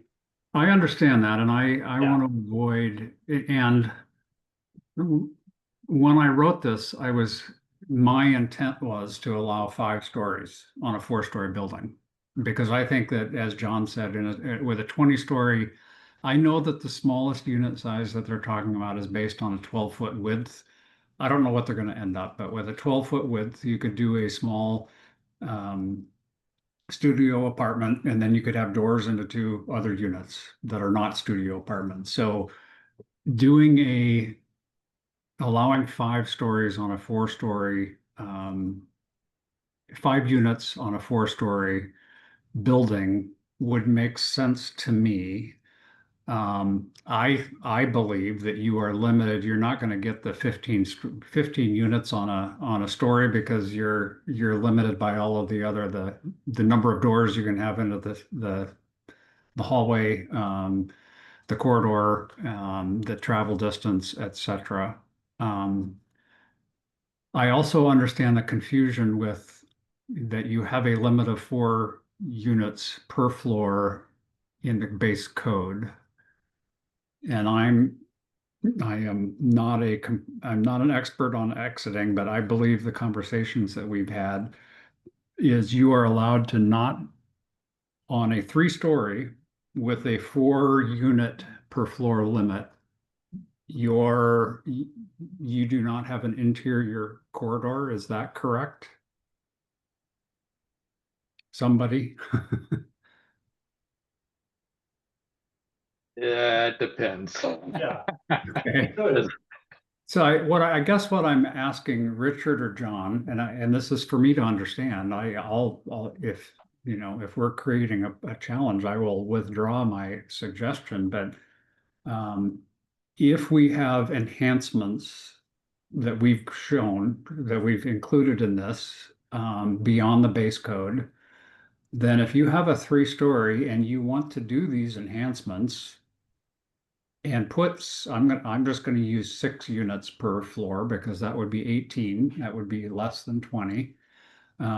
If you wanted to do a 3-story with 6 units per floor, and you met all of the requirements with the corridor and anything else that we've added in this appendix, you could build that through this appendix. You could choose to build it through the appendix rather than choosing it to do it through the building, the base code, because of the enhancements that we've made. And I'm going to ask, is that a reasonable argument? In my mind, it is, but no, I'm leave that open for everybody else. Spencer, go ahead. I'm wondering if there's sort of a belt and suspenders approach here where we keep the language of no more than 4 dwelling units, but instead of 4, we change that number to 6, and then add there shall be no more than 20 units served by the single exit. So that accomplishes some kind of limit on each floor. We're still limiting the total number of units to address the concerns about hallways and things, and also making sure that the stairwell itself does not have more than 20 units communicating onto it, so that we I guess are kind of addressing I think both of the concerns that apply here. Does that I'm just curious to know if that would resolve some of the concern here.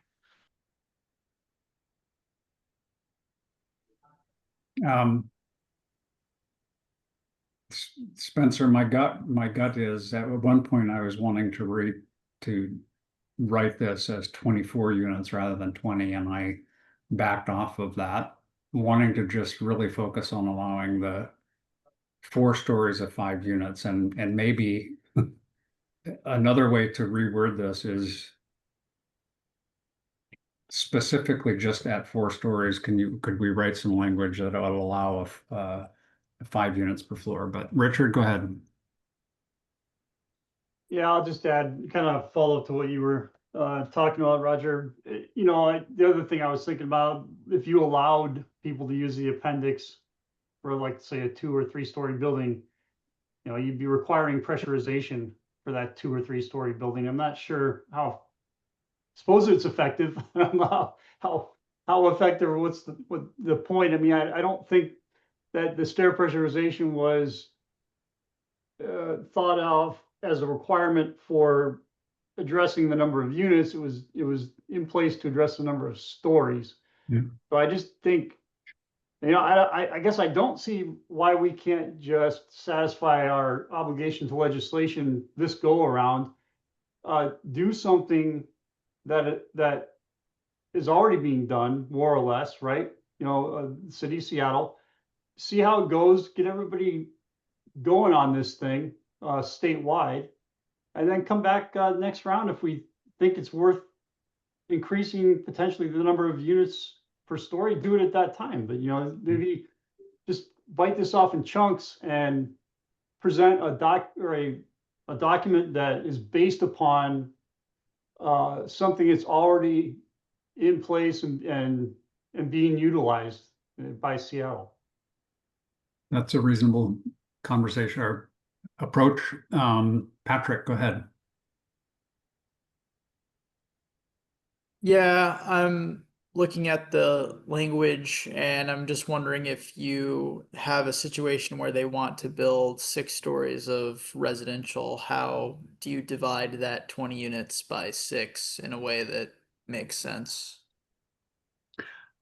Well, Patrick, we are only allowing 5 stories that serve the single exit. So you can build 6 stories of residential, but only 5 can use the single exit. The ground, meaning the ground floor has to be exited in some other way if you have residential units on that floor. Okay, so effectively you're raising. So so I guess you're just trying to provide more design flexibility if they do 4 stories. Yeah. They don't have to stick with that 4 dwelling unit limit. Yes, that's my intent. That's why I put this out there. And again, I don't know. We'll see.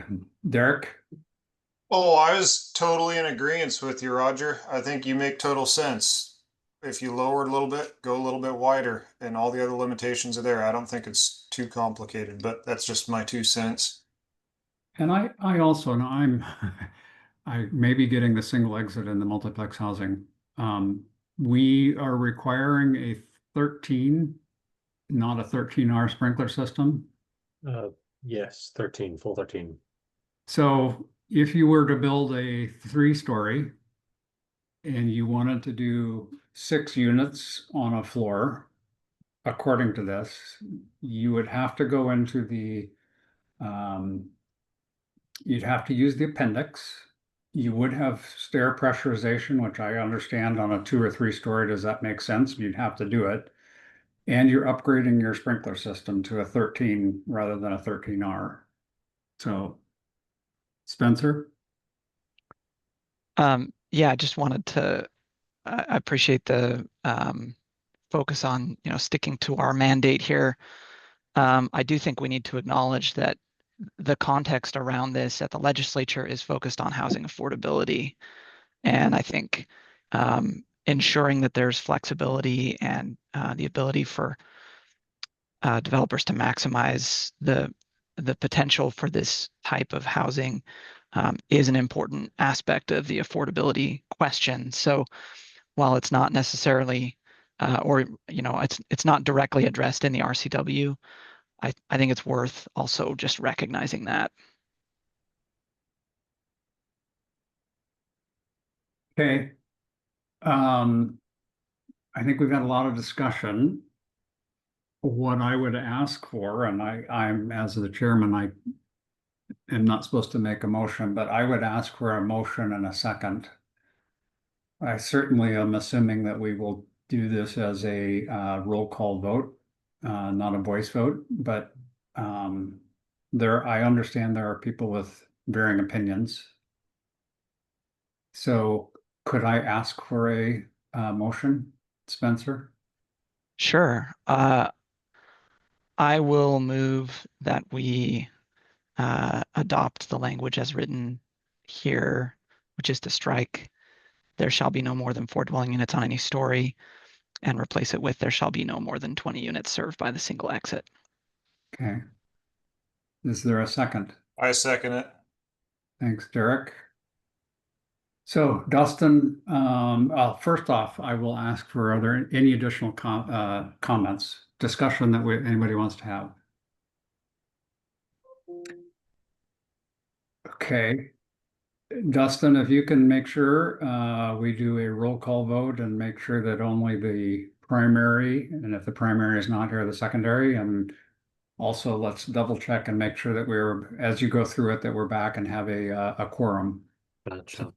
So I'm gonna call everybody's name on the roll roster at the moment, and I'll call primaries first, and then if the primary is not here, we'll call the alternate in there as well, and only ask for the alternates to vote if the primary is not in attendance and casting that vote. Roger, you're here. Dan's not here. We'll start this off with John Hall. Here in favor. Joe Mayo, I didn't have here earlier, and I'm not seeing online. Andy Lorenz.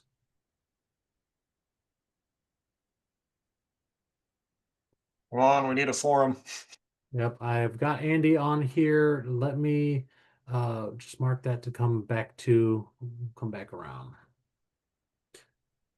All right, David Kinley was not here at the first. I don't see online.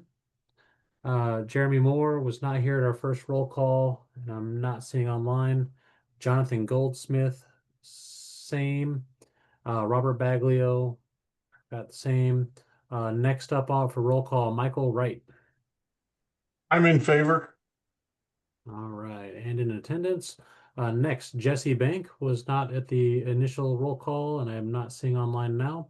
Shweta Sinha was also not at the primary roll call and not online now. Mike Messer. Aye. All right.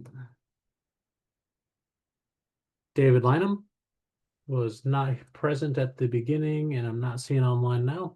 Rich Geisky.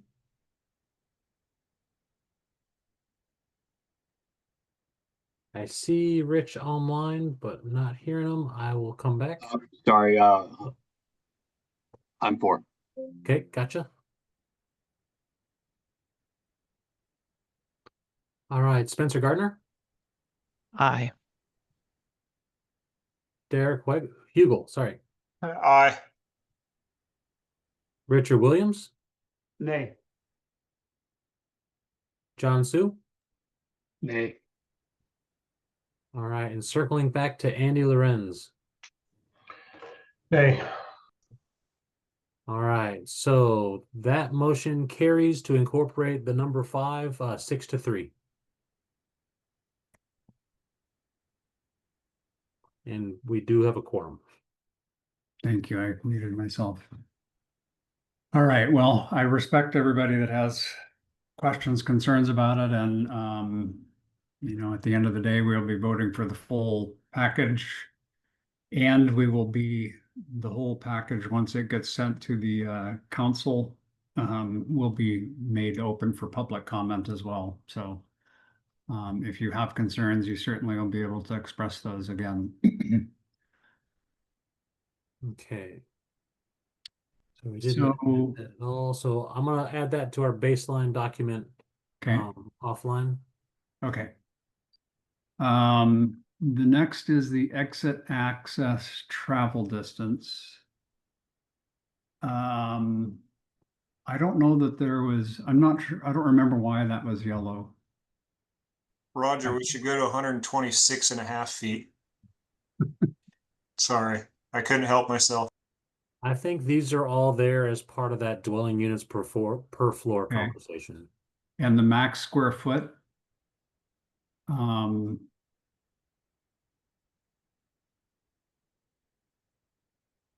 Okay, so that was the 125 foot you're saying was just part of that we wanted to keep that.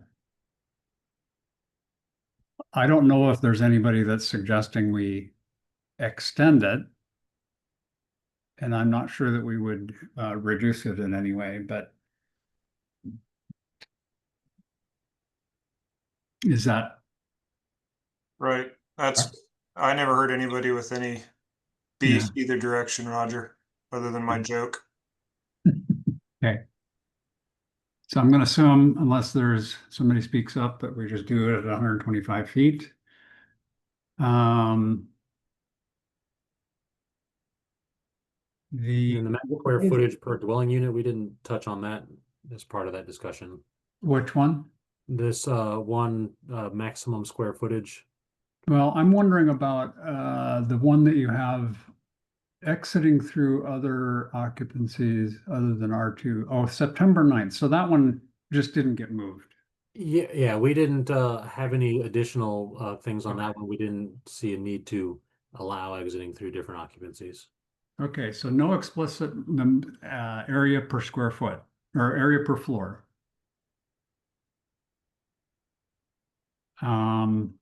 I seem to remember that we felt comfortable that with the 125 foot travel distance that the maximum square footage was not a concern. Is that, do other folks have that same? I'm scrambling on the other side here to go read section 1017 just to make sure I understand where that. I'm not a building official, but trying to understand how far back into that 6th floor that measurement starts. If it's in the far corner or if it's right at the door. Far corner. Far corner. Far corner of the farthest unit, Derek. Yeah, so you're pretty much maybe 60, you're gonna burn up 70 feet of it just getting up there, so. Yeah, and that's in keeping with the base code of 125 foot travel distance. That's in the table 1006.3.41. And Richard, does the 125 feet then include, that's horizontal, Does it include going down the stairs? No, it stops when you get when it's assuming it's an interior exit stairway and not an interior exit access stairway, which would have to be for our appendix.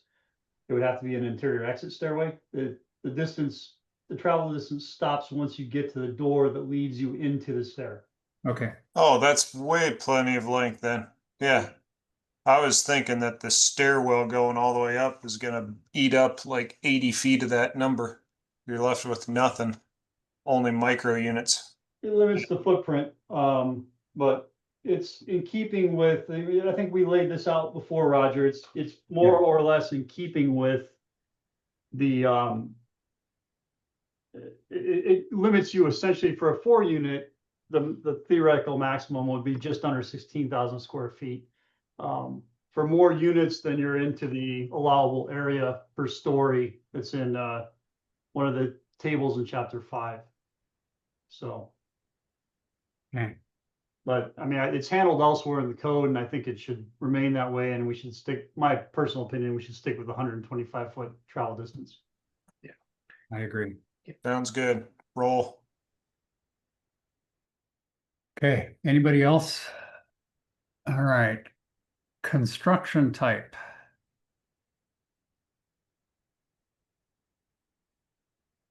Um, 1 hour minimum type. Think, so what do we have in the, don't we list a whole bunch of them in ours? And I think the question was, is why do we need to list them all? The ones that you're Units. missing are the non-rateds. Like for instance, 5B doesn't have a hourly rating.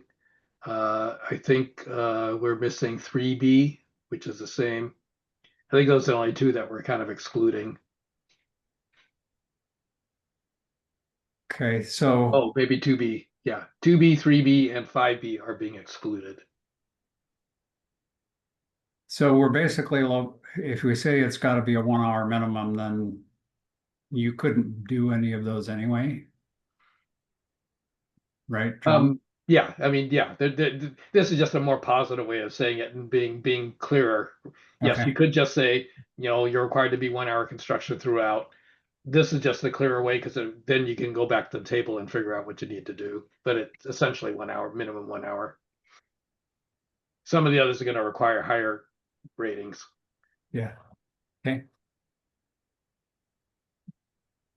Well, I remember that was the issue, is just that we really need to list all of them, but I'm fine if it's more positive and more clearly states it. Yeah.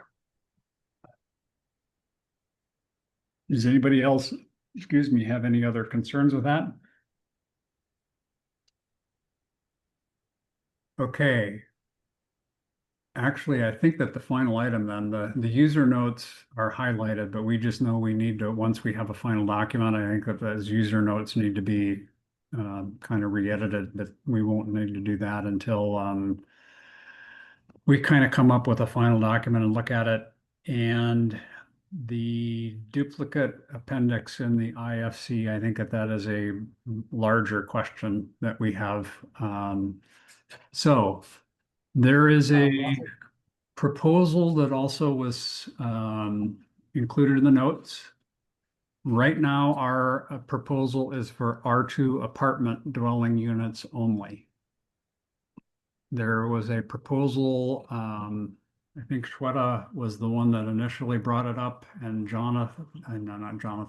Marcus either edited or supported it, and it is a change to allow for group R2 occupancies, but any R2 occupancies, and then it excludes boarding houses.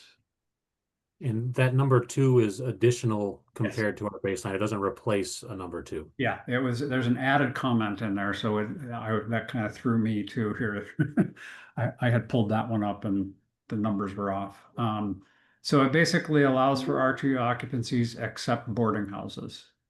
I would love it if somebody could, Marcus, if you want to do that, what are the other R2 occupancies? So I think everybody understands that Apartments, we're all in favor of, because that's what it is right now.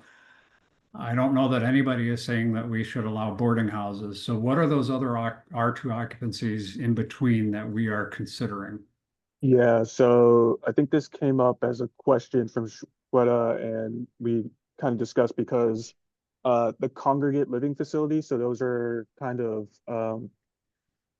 related to another housing state law that is going to be allowing co-living housing or kind of ways of doing congregate living situations where you have sleeping units kind of as the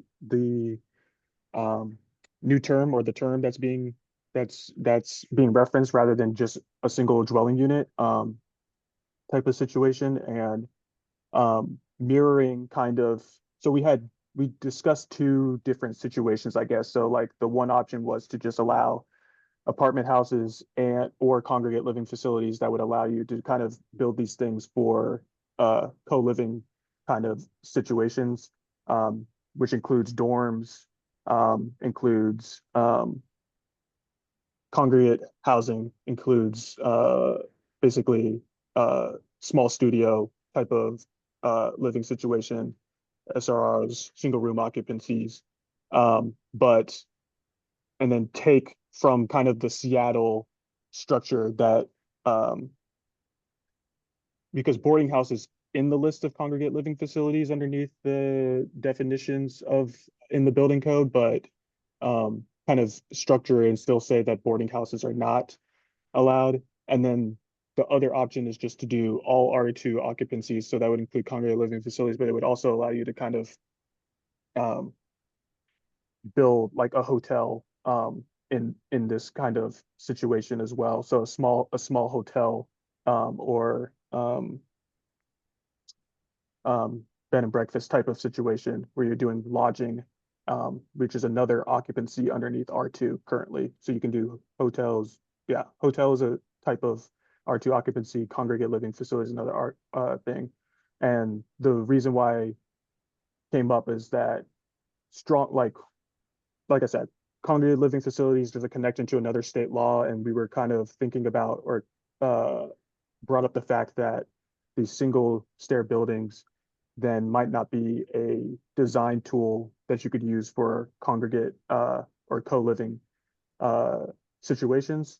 And I think that's the top level concern. And then as we were kind of discussing between me and Shweta, like what the potential options were, we just kept on looking back at the Seattle one, and we're like, well, it's probably not super, we probably won't see a lot of hotels or kind of like lodging situations, but there could be kind of an economic development benefit to just also allowing that type of occupancy as well, for different jurisdictions, allowing kind of a small hotel, a Airbnb Verbo kind of replacement where you get bigger hotel room units because you're still at 4 units per floor, except now we've discussed expanding that potentially, or yeah, type of thing. So maybe it's 5 units on a 4-story hotel type of thing, but that you kind of have this flexibility in design and different uses as well. So that's where this came from. Okay. John, go ahead. Okay, I would be very strongly against expanding this.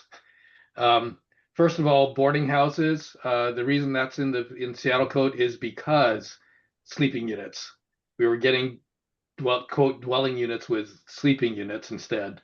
And the intent is not to have those types of occupancies. Otherwise, what happens, you start calling let's call it a boarding house unit with 8 bedrooms, with each with their own bathroom, and they then have a common kitchen, but by some land use rules, that's a single dwelling unit.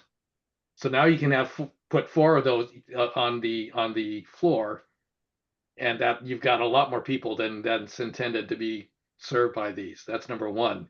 Number two, the list of R3. So let me go through the list of what's in the code for R2. First is apartment houses. Second are congregate living facilities, and it says non-transient with more than 16 occupants. So you got the boarding houses, non-transient, sorry, as subcategories to the congregate living facilities. You have boarding houses that are non-transient. Then they have convents, dormitories, emergency services, living quarters, fraternities and sororities, and monasteries. I don't think we really want these in frats and in fraternities and sororities myself, but that's, maybe that's just my image of what those are. Hey, John, can I just interrupt? Yeah. I'm curious about the 16 occupant. How is that applied? Is that for a whole building? I wouldn't think so. Yeah, it is just generally, yeah. So if you have 16 or fewer, for instance, then it becomes an R3. It's the more like a single family. Oh, with more than, I got it. Okay. More than, yeah. Okay, I misread that. Okay, go ahead. All right. So the next category after congregate living facilities is hotels. They're supposed to be non-transient. Not sure what the non-transient hotel is myself, but maybe it's your long stay guys. I don't know, or your like Ronald McDonald House or something like that. With more than 5 guest rooms, you have live work units, motels again non-transient with more than 5, and then you have vacation timeshare properties. The problem with all of those, even though they're non-transient, though, is that the people are not familiar with the space. They're there for, a day or two or whatever it works out to be. The non-transient, that's again, how long is non-transient? But it's the whole idea that they're not familiar with the space. Now, I don't know, somehow vacation timeshare properties got into there, but if most people would take things like, if you really regulated Airbnbs by the building code, technically they're hotels. So again, you've got people who are not familiar with the space, and they're not there every day, right? So that's part of the reason they get categorized as a different category. So again, I would really strongly oppose expanding this beyond the apartment house. Hey, Richard. I agree with John. And also, given the fact that we're now allowing more than 4 units per story potentially, that clustering that John talked about, where the sleeping units are thought sometimes to be a dwelling unit, that increases that number allowed on each story, possibly significantly too. Okay, Chris Russell. Thanks. I was just going to point out that non-transient is long-term stay that's defined in the building code as more than 30 days. So doing like a long-term stay hotel or like Ronald McDonald House, like was mentioned. Thanks.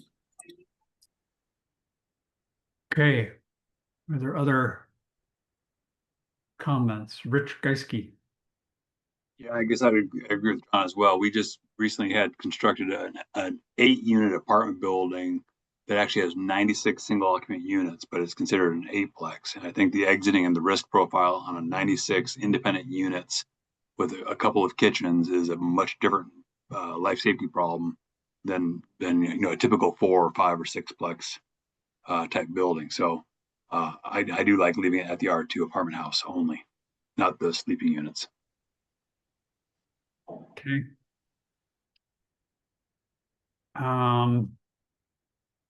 I am going back and kind of looking at looking up the Senate bill report to see what if there's anything in the intent of the legislation. It does say multifamily residential. I don't know if that can be construed.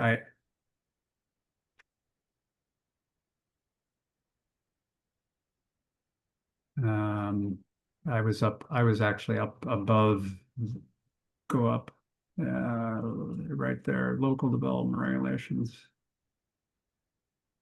Yeah, I'm not sure which one you're on. I went to a different one, I think. I went to the Senate bill report. not the original one. That was the one. This is the one. That's the one I'm looking at. Multifamily residential buildings, they do specifically exclude boarding house. So, 1 hour fire resistive. And just for people's reference, the boarding house language, in the Seattle provisions on that single exit is, that's what we call those types of units where you have multiple sleeping units with a common kitchen and things like that. Okay. Marcus, go ahead. Oh, okay. That's a good clarification, I guess, for me to know. Okay. I was going to share some design visuals, but I think maybe John already answered that question where it seems like even if it's basically like 2 units with 3, and you're doing 2 units per floor of congregate living, which I think this thing that you brought up, Roger, is part of what I was thinking about, because co-living and congregate housing is a type of multifamily residential living situation, and would be a residential building from a planner's perspective, and from a housing policy perspective. But I get maybe from a building official perspective, they're treated differently. But if you had 2 units with each of them having, 3 individual bedrooms and a shared kitchen and individual bathrooms, or maybe even a shared bathroom per floor. So that's 3 units, 2 sides of the building, or 3 sleeping units. So that's 3 on a 5-story building, 15. So 15 people potentially living in that type of situation. That would be a boarding house, though, John, is what you're saying? Or that's how Seattle treats it currently? Yes. Okay.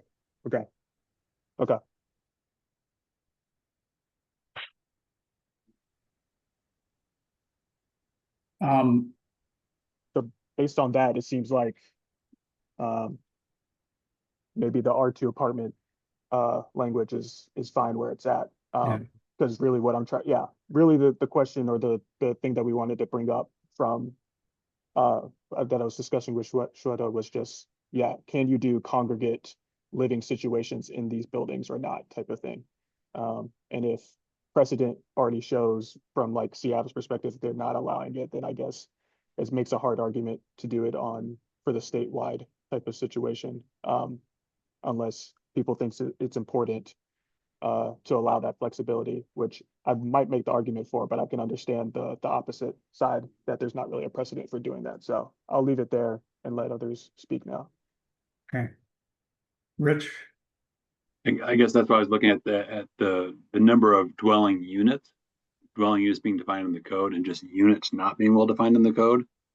Apartment houses and dwelling units are, sanitation and cooking facilities and sleeping facilities all in one unit versus the sleeping units only. So what units are we talking about? So I don't think unit is well defined, and there is consistency between the general statement in 101.2 and item number 5, which I like, because if we wanted to allow 4 sleeping units per story, or 20 sleeping units per building, where this thing ends up at the end of the day, I think that's a totally different number than some undefined number of sleeping units in a single dwelling unit. So. Okay, Richard? Yeah, Roger, I was just gonna, I'm probably early, but offer a motion if and when time comes. Okay, I'm fine. I mean, I think that I would like to go ahead and make a motion. Yeah, that we keep this to apartment houses. So maybe that means no action. I'm assuming it's already written that way, but limit this to apartment houses. Okay, let's go ahead and have a vote. Do we have a second? Second. Thank you, John. for the discussion item, so any other discussion, and I'm just going to offer my opinion, Marcus. I'm curious about opening this up to other, you know, other facilities, but I think that there is enough question and concern about exactly what and you know, what are they defined as? And you know, everything that we've done so far is around apartment, R2 apartments. My suggestion is that we leave it as apartment houses for now, and next code cycle, if we wanted to introduce something that would expand that in some way, maybe with some other bumpers on it, you know, let's look at that next time. So Spencer, go ahead. Just wanted to echo that sentiment. Sorry, I don't have my mic down. Just wanted to echo that sentiment. I think this is an avenue that I would love to explore more, but I think in the interest of moving forward, I'm just not sure it's the right time to push further on it. That's all. Okay, Chris Russell. Thanks. As I said, to your point of looking at it next code cycle, the NFPA Research Foundation is working on a report for the single exit stair buildings, and they're supposed to have it done mid next year. So that might give you more insight onto what you can expand it to outside of basic apartment buildings. Okay, thank you. Any other comments? Okay, let's go ahead and go with the voice vote. So a affirmative vote is to leave it as is. So all those in favor of leaving it as apartment houses only, say aye. Aye. Aye. Aye. Aye. Any opposed? All right, that passed. Appreciate the conversation. Good topic to have. Okay, so Dustin, are we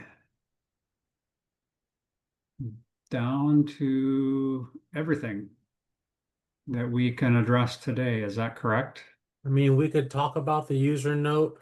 I was Okay. been about it just a little bit, and I think that the user note should be crafted, you know, to take into account all the changes we've made since the user note was initially drafted as a wobble proposal coming in. And we have time today, we could discuss it, but maybe a easier tack would be, hey, everybody, maybe just take a look at the user note and suggest edits as appropriate. And we can discuss them at our next meeting. Well, that's actually what I would propose, is if it does need to be reviewed and updated, I think, for everything that we've decided. If people would like to take a stab at doing that and email it, and we can review it prior to the next single exit meeting, that would be great. What I would ask, Dustin, is it your intent to go through and update the whole Appendix Q for all of the topics that we've discussed? Yes, and one quick question, since we had motions to include the dwelling unit proposal that you brought, Roger, and then a motion to limit to R2 apartment houses, we don't have a motion to include the professional fire department language we discussed earlier today. It was my plan to incorporate that, but if we want to treat them all the same, we might need a motion for that one as well. Okay. I kind of felt like we had general agreement on that, but I think that I'm fine having a motion for that. So John, go ahead. Oh, sorry, I was going to opine on the user note, but do you want to take care of that first?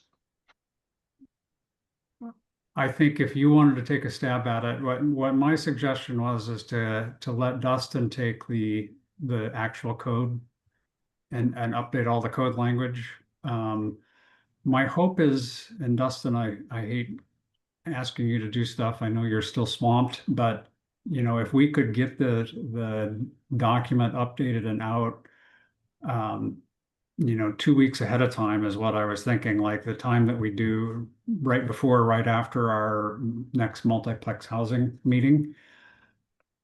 That will allow people to look at the whole document still will have the topic summary that they can go back and forth and look at. And people will have 2 weeks before our, what is it, December, first week of December, whatever that date is.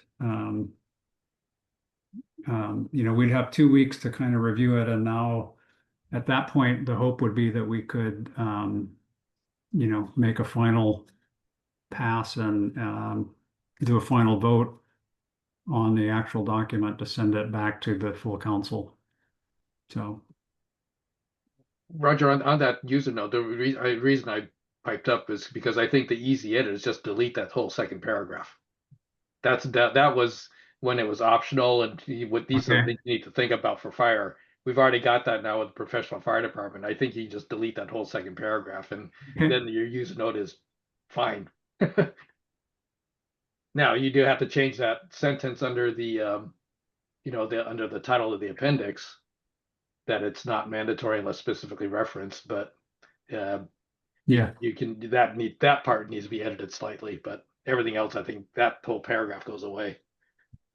Well, and from a code perspective, is there not and maybe I'm getting this mixed up with the multiplex, it's possible, but is there not a reference to something in the code?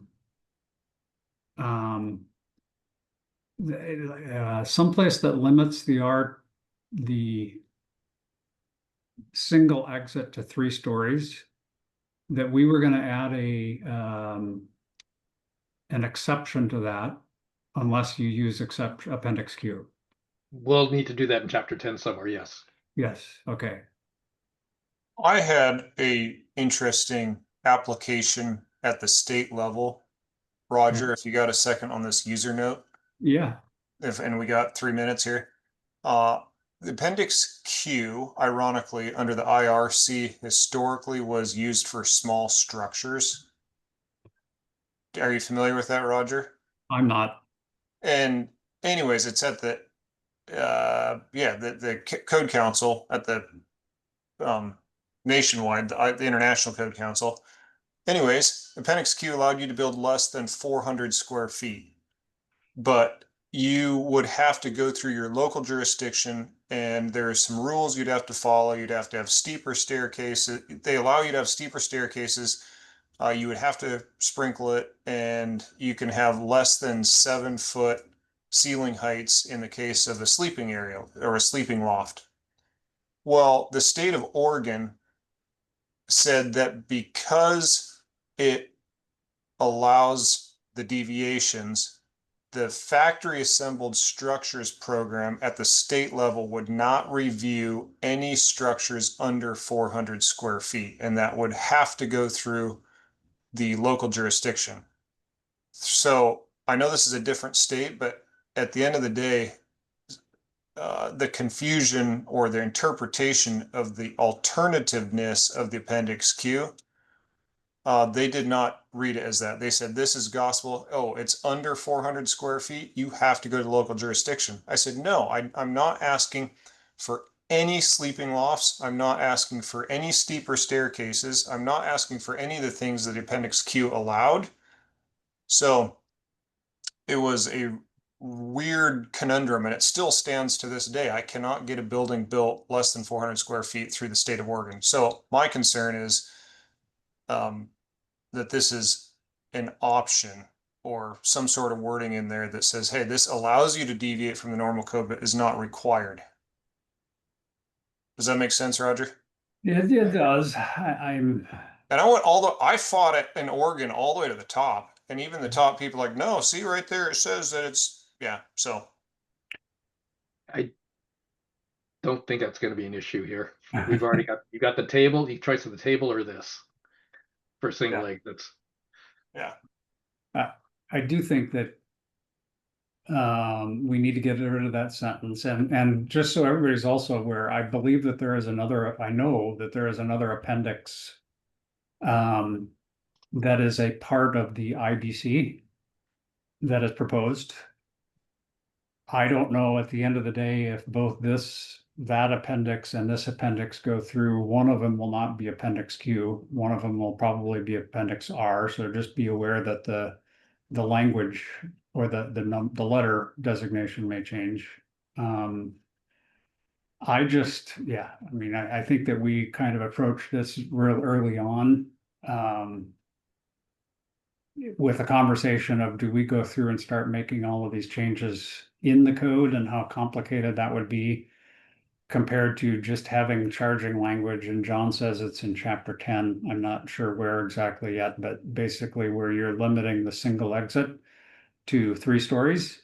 You have an exception there that for group R2 apartment houses, you can go up to 5 stories on a single exit or something like that, assuming you go to use the appendix. So I think that that is charging language that then makes this statewide. Yeah, and for reference, Dustin, if you need to put that into your chart there, it's a 1006.3.4. Somewhere in there, you'd put because that's where the table is. Yeah. So there's a list of 5 items that give you conditions when you can have a single exit, and we would just add this, say, single exits in accordance with whatever, appendix Q or R, depending whatever it is.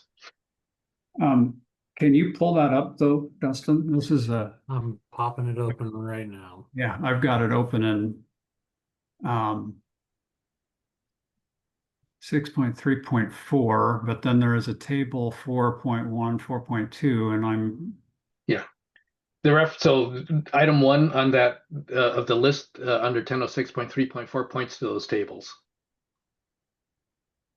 So do not see, and then so we would add an item, probably number 6 here, to this bullet list here that would say, R2 apartment houses, something. I don't know. I haven't thought of the language all the way through, but that would point then directly to the appendix. And these are just 6 options here, or 6 conditions. That's fine, but if you go down to the table, John, 6.3.4 1. Occupancy not permitted, not applicable. You don't even get there. Okay, all right. Because number 1 points to the table, but it's one of the following conditions exists. Yeah, okay. So it'd be item 6, and you would just go to the appendix. Okay. Yeah. All right. And then as far as this right here, we can pop it off. I was looking at the other pre-adopted appendix in the building code. It's Appendix P. And the language here is just they don't have the sentence in there. And if we get back in and look at the WAC here, it'd be 5150 003 is where it kind of spells out that the appendix is adopted, including Appendix E. So we would need to make an update to this section as well, if this is a pre-adopted appendix for the state. Okay. Okay. Well, Dustin, I think with what we've got there, the edits, taking out the sentence and the second paragraph, we're close. That first sentence, single exit stairway in a multifamily residential structure up to 6 stories above grade. I think that's all right, the 6 stories, because we are saying 6 stories. It's just 5 that are on the exit. Okay, I think that makes sense. So I will suggest we go ahead and try to get a final document, and then everybody can take a look at it, and we can go through and answer any questions people have at the meeting in a month, which is December. I got started looking for that date. One moment. We're looking for the next single exit meeting. Yeah, December 2nd. I believe you're probably more right than I am at the moment, trying to look at it. Yeah, I got it. So December 18th, or I'm sorry, November 18th, in 2 weeks, we will do a multiplex housing meeting. my hope is that we can get through the rest of the multiplex housing items at that meeting. And then we will have one meeting on the 2nd that we can do a final update of the single exit. Maybe a final edit of both. That might be a bit of a stretch. And then we would still have a meeting on December 16th available to finalize the multiplex housing. That's my hope. So, John, go ahead. As hard as we're trying, I'm not sure if we're gonna meet the deadline on the exiting on the multiplex by in 2 weeks. We'll give it a shot. Get as close as we can. That's fine. And as most of you are probably aware, there's conversations about whether the adoption date of November of 26 is going to be met or not for the whole code. So if we are not done by December 31st, we're probably okay. But I think for all of us, we would like to put a wrap on it and as a tag, move this along to the State Building Code Council, and then we can, it'll go on from there. So I'm still hopeful that we can finish by the end of December. And Actually, I'll change that. My hope is that we can finish before Christmas. And so I'll drop the relevant portions of chapter 10 and the 5150.003 into the master document. They'll be down there at the bottom for the additional consideration. And then if anybody has language proposals for any of that, just send them my way and we can have them online for the next meeting. And then I'm going to ask all of the code folks, the duplicate appendix in the IFC, that's kind of beyond my understanding. In general, the legislation says put something in the IBC. So I'm not clear how to resolve that one, but let's put our thinking caps on about that, and we can address that in a month as well on December 2nd. Okay. All right, I'm going to give 19 minutes back to everybody. Well, I guess agenda item, there is another agenda item for other business. Is there any other business? Is there any other business that folks would like to bring up? Hearing none, I'm going to go ahead and close the meeting. Thank you, everybody, for all of your efforts. Thank you, Roger. You bet. We'll keep moving forward. Thanks, Roger. Good afternoon. Thanks, Dustin. Thank you.